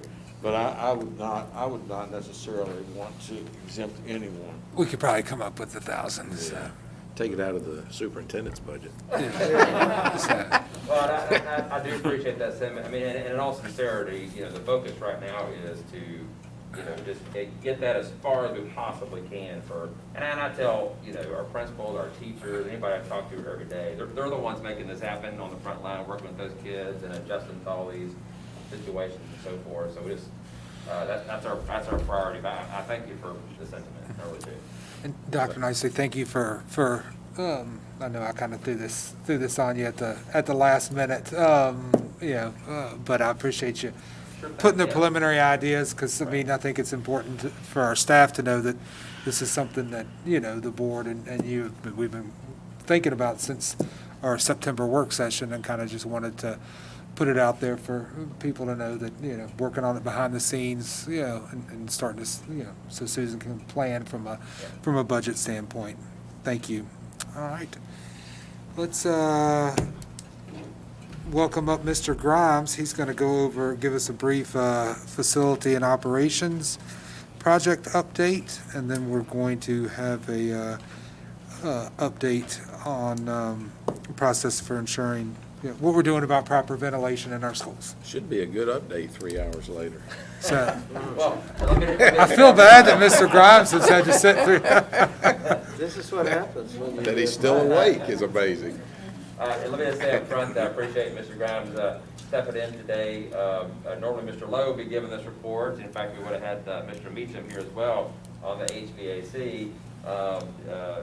Both could not be with us today, but I appreciate Mr. Grimes sharing what he has, and we'll answer any questions as best we can. If we need to follow up with any other details and so forth, we might come back with those. It's a good time for us to slip in a few projects maybe while Chris is out. Yeah. We better finish before I got 1,000 of these. We better finish quick. Yeah. Well, Mr. Chairman, board members, Nicely. What I want to start off with is the William Byrd High School construction update. First of all, I want to say, and it's been alluded to several times tonight, is that lead times are affecting our projects. What we're finding is that delivery dates are being subject to change. What we're seeing from wooden doors, we're anticipating the delivery to be the first of the year. Casework will be in December, and the materials will be stored in pods until those classrooms are ready. Also, flooring, we're awaiting delivery dates from the contractors. The cafeteria restrooms, which that work has been ongoing, is completed. The cafeteria area is being turned back over to the school, and that was done on September the 27th. Now, the mechanical, electrical, plumbing rough ends have been inspected and approved. We are awaiting some material deliveries on the restrooms that are in those areas. And the floor leveling has begun, although we are awaiting on the flooring to be delivered. Area E, the MEP rough end has begun on the second floor. First floor demolition is ongoing. The low voltage will begin disconnecting devices tied to the fire alarm system for demolition to finish. The restroom load-bearing walls are requiring shoring for the demo to be complete, and so they're awaiting the structural engineer to size the beam needed for that shoring. Dimming capabilities for classroom lighting is now available throughout the school. The finishes, there is a meeting scheduled with Principal Newcomb to finalize those finishes. And in the auditorium, there's a meeting scheduled to meet with the band director, RCPS, principals, architects, engineers, and construction team, which is Avis. And we will also be reviewing the budget and requirements needed for those areas. This includes theatrical lighting, sound systems, the catwalks that are there, casework in the band room, and electrical power. General notes for the restrooms: the toilet partitions are going to be the high-density polyethylene with the same texture as existing partitions in the team rooms.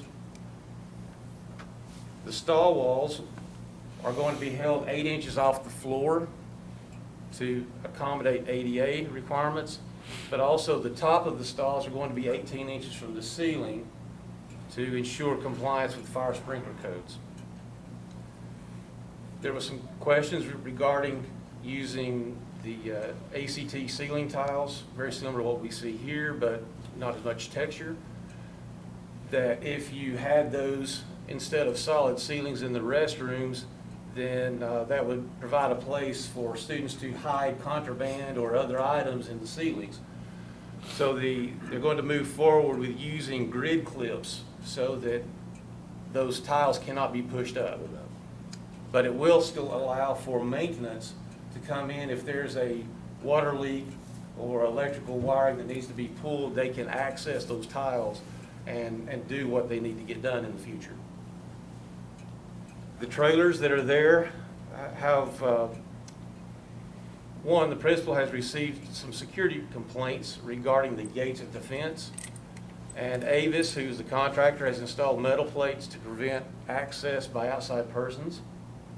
And RCPS maintenance is addressing the hinge issues. What was discovered that the springs that were being the closer for the gates, due to the friction of the type of hinge, the spring was not able to overcome that friction. And so they are addressing that so that those gates will close once a person passes through. This closes automatically, I guess is what I'm hearing. Correct, Okay. correct. That what was happening as they would push the door, and of course most people are not real careful about how much force they use to open it. That spring was, it was a 20-inch spring, as an example, that did not have enough pull to swing that metal gate back to a closing position. And so by reducing the friction at the hinge, that's going to, kind of like a ball bearing there at the hinge, so that it would close more smoothly. The mobile trailer inspections have been completed and all have passed. Now looking ahead, the principals need as much advance notice as possible for relocating the weight room, which wrestling begins in November, so that is a monumental task. Also, electrical wall receptacles in the classrooms, that we are requesting as many electrical receptacles as possible, especially at the teacher wall. With our classrooms being more electronic in nature, we have to have those receptacles to meet the electrical requirements, or else we'll be forever resetting breakers. And there is a special emphasis in regards to that in Area B in the older portion of the school. So making sure that it is brought up to accommodate the new technologies. Dumpsters and the Connex containers will be required to be moved from Area E and the tennis courts. And that is so a crane, can be used to access the rooftop units so that those can be replaced. And so, any questions in regards to William Byrd? No, I would ask one general question on when you're talking about moving some of these containers and things. I haven't been over there. Have we done the tennis courts at the schools? Have they? Do we The know? Northside High School is the one that's in progress. Okay. And I met with Mr. Lowe September 21st, And at that point, he said they were getting ready they were planning on, the contractor was planning on pouring the asphalt in October. And the other thing he reported to me was, one of the things we're doing at Byrd, as well as Glenver, as well as Northside, and, let's see, Hidden Valley, because Cave Spring already has lights, they were putting lights in at all the schools as well, and they've got those, on orders. They're trying to go through all the lead times that are out there, just trying to go ahead and get those ordered and get that done, so. But the north side of the ones they started off as far as you getting those totally rebuilt. But they'll all be done by spring when they start playing tennis, is what Chris last told us. Okay, and I'm not sure. Yeah. But I do have some information in regards to the Northside High School baseball building. I'll start with that one. That our maintenance electricians are going to be starting work next week to get power to that building. They did meet with AEP to coordinate that, and that is moving forward. The tennis courts, which we're talking about with the asphalt, the demo is ongoing now, and the install is scheduled for very shortly once the demo is complete. And the idea is, as you were saying, to be ready for the spring. Okay. And I know for a fact on that one, where the power line ran or something, they had to actually wait for AEP to get that connected. Correct. That is correct.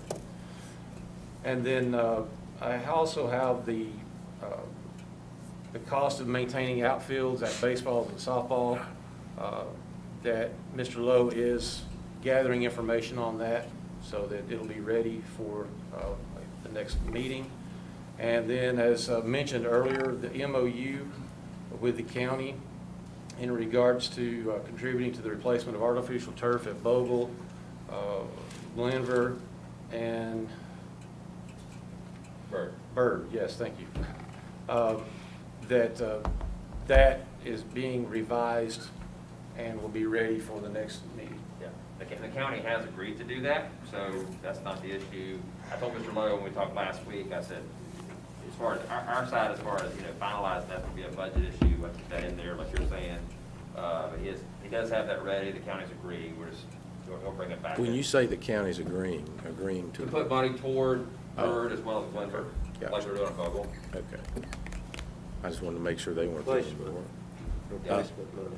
Yeah, I was just making sure they weren't. Right. The other thing they agreed to do was to pay half of the replacement cost for the basic scoreboard at Bogle. So Chris is sending them that information as well. So he'll be bringing all that back as far as, Perfect. yeah. Yeah, Mr. Grimes, on the Byrd project, you were talking about delays in materials. Is the project gonna be delayed because of this, or are they gonna continue to be able to do certain aspects because you've got certain kids that are out in the trailers and they shift in and out? Is it gonna be a delay on, completion or any? At this time, there's not going to be a delay in completion. They are still able to continue working, and even though, for instance, the flooring, they're awaiting a delivery date, they're still prepping everything in anticipation that as soon as that delivery is made, they can get started on that component. Perfect. Thank you. And Mr. Greenwood, I think you actually attended the last. I did. I went to the meeting. last. Everything seemed to be, Yeah, and so it's pretty amazing all that they've done, even though they still need some of the items to complete. And then, of course, Tammy's picking out some fixtures and different things. But, the one thing I guess I really didn't know to the level and extent, it needed it, but is the addition that was put on in '97. That's getting a major revamp as well. I was so focused on the old section that I guess I didn't pay as much attention, but it needed electrical outlets everywhere.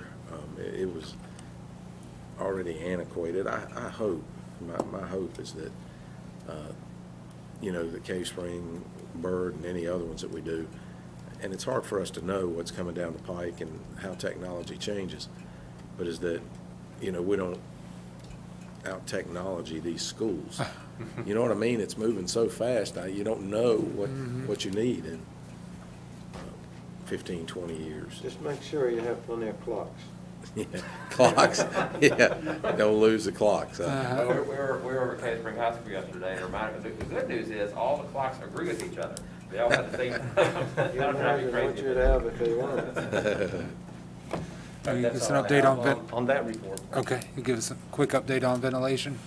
Yes, in speaking with Mr. Meacham, I wanted to make sure that I had my information corrected. And one of the directives that they have been based off of, and I believe that this board was aware of, is that several directors past had an edict to increase the minimum outside air intake from 10% to 20%. And that has been done, as well as to the interval for filter changes to be changed from twice annually to 3 times annually. And so that's the goal that they're reaching for. However, there are some challenges that they're facing, and that especially in this time of year when you're transitioning from cooling really to heating, and we're sort of in that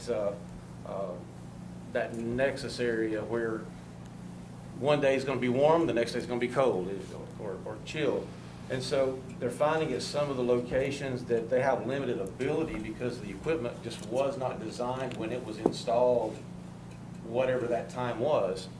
So the equipment's doing the best that it can, and in some cases, the equipment does not have the ability to dehumidify.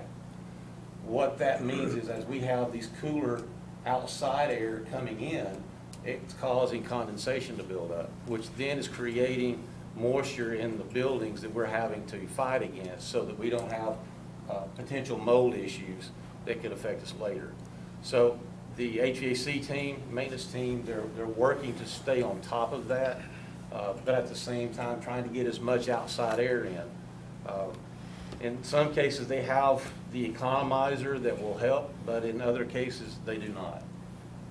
So that's where we are trying to address where we are right now with the transition in seasons. Thank you. Mr. Chairman, Yes, sir. I appreciate that report. I'm going to submit a list of questions to you for our next meeting, so that Chris will have a chance, and Mr. Meacham will have a chance to talk about specifics. You've done a good job, but I don't want to put you on the spot, to try to come up with this. But here's kind of the gist of it. We've ordered a new, I think it's called a balometer, that they use to measure the flow of air from the heat from the system into the classrooms and whatever. And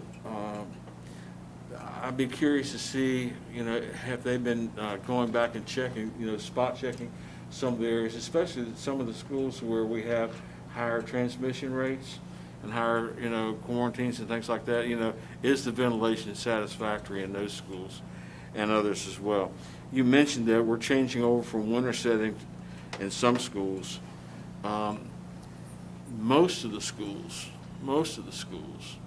are going to be going to heating because they don't have the ability to do heating and cooling simultaneously.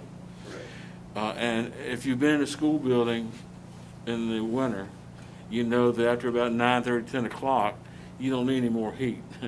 You got plenty of heat with the building itself, the lights and everything else. So keeping ventilation going during the winter is going to be a little bit tricky in the sense that continuing to pour more heat isn't going to reduce the heat that you have there already. So I'm curious just to see, and I noticed you mentioned 20%, and that's kind of, the starting point there. And I do appreciate the consideration for humidity because mold is worse than poor ventilation. And so thank you for doing that.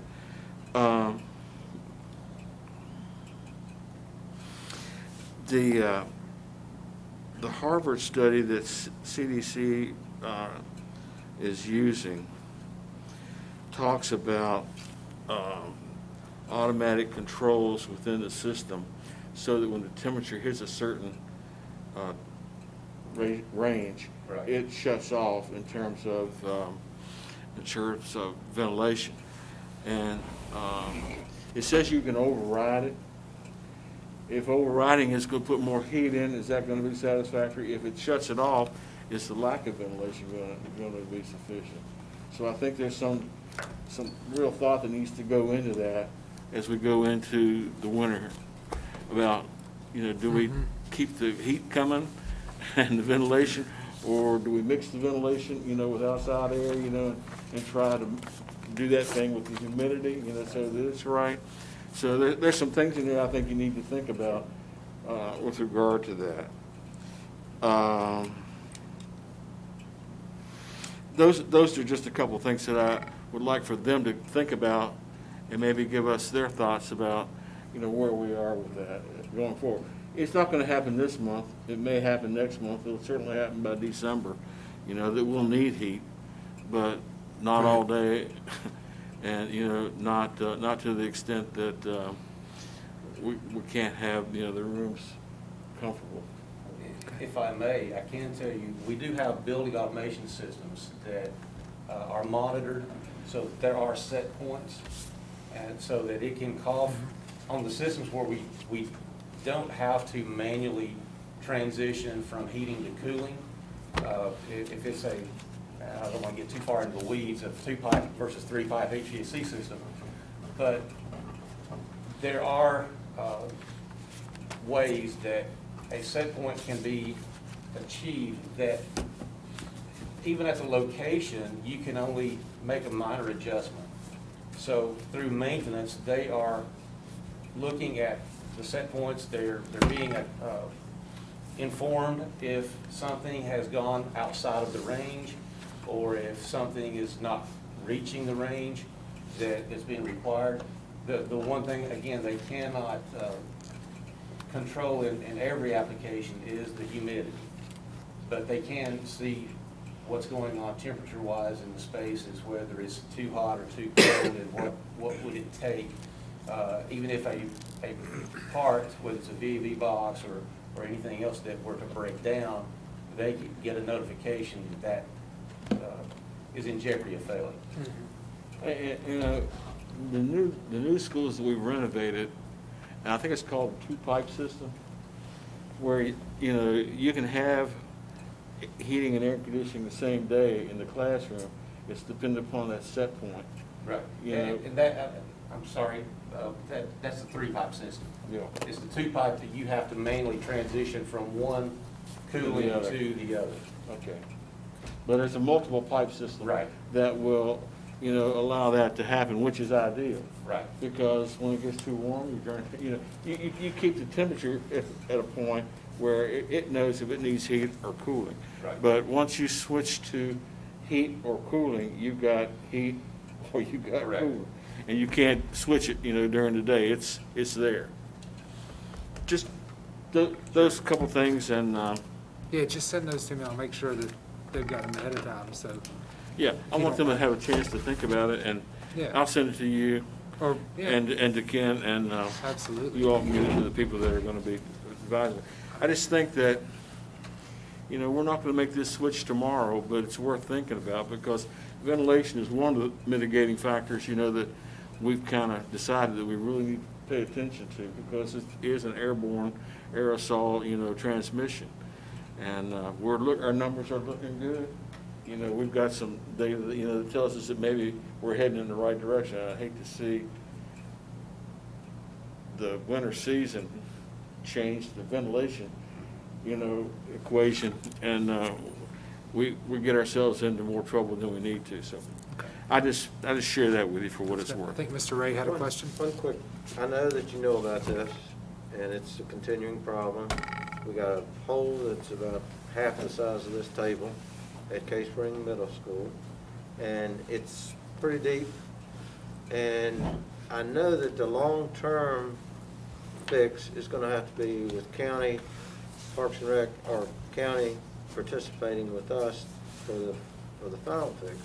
Because it's a pipe that leaks under there with water that leaks, and it continually erodes this, but we're gonna have to keep an eye on fixing this regularly until we can get a final solution for it, because some kid or somebody's gonna step in the hole, even though we try to cordon it off, but it's still, you know, a kid is catching the ball and doesn't realize what, you know, where that hole is, and I'd hate to see anything happen.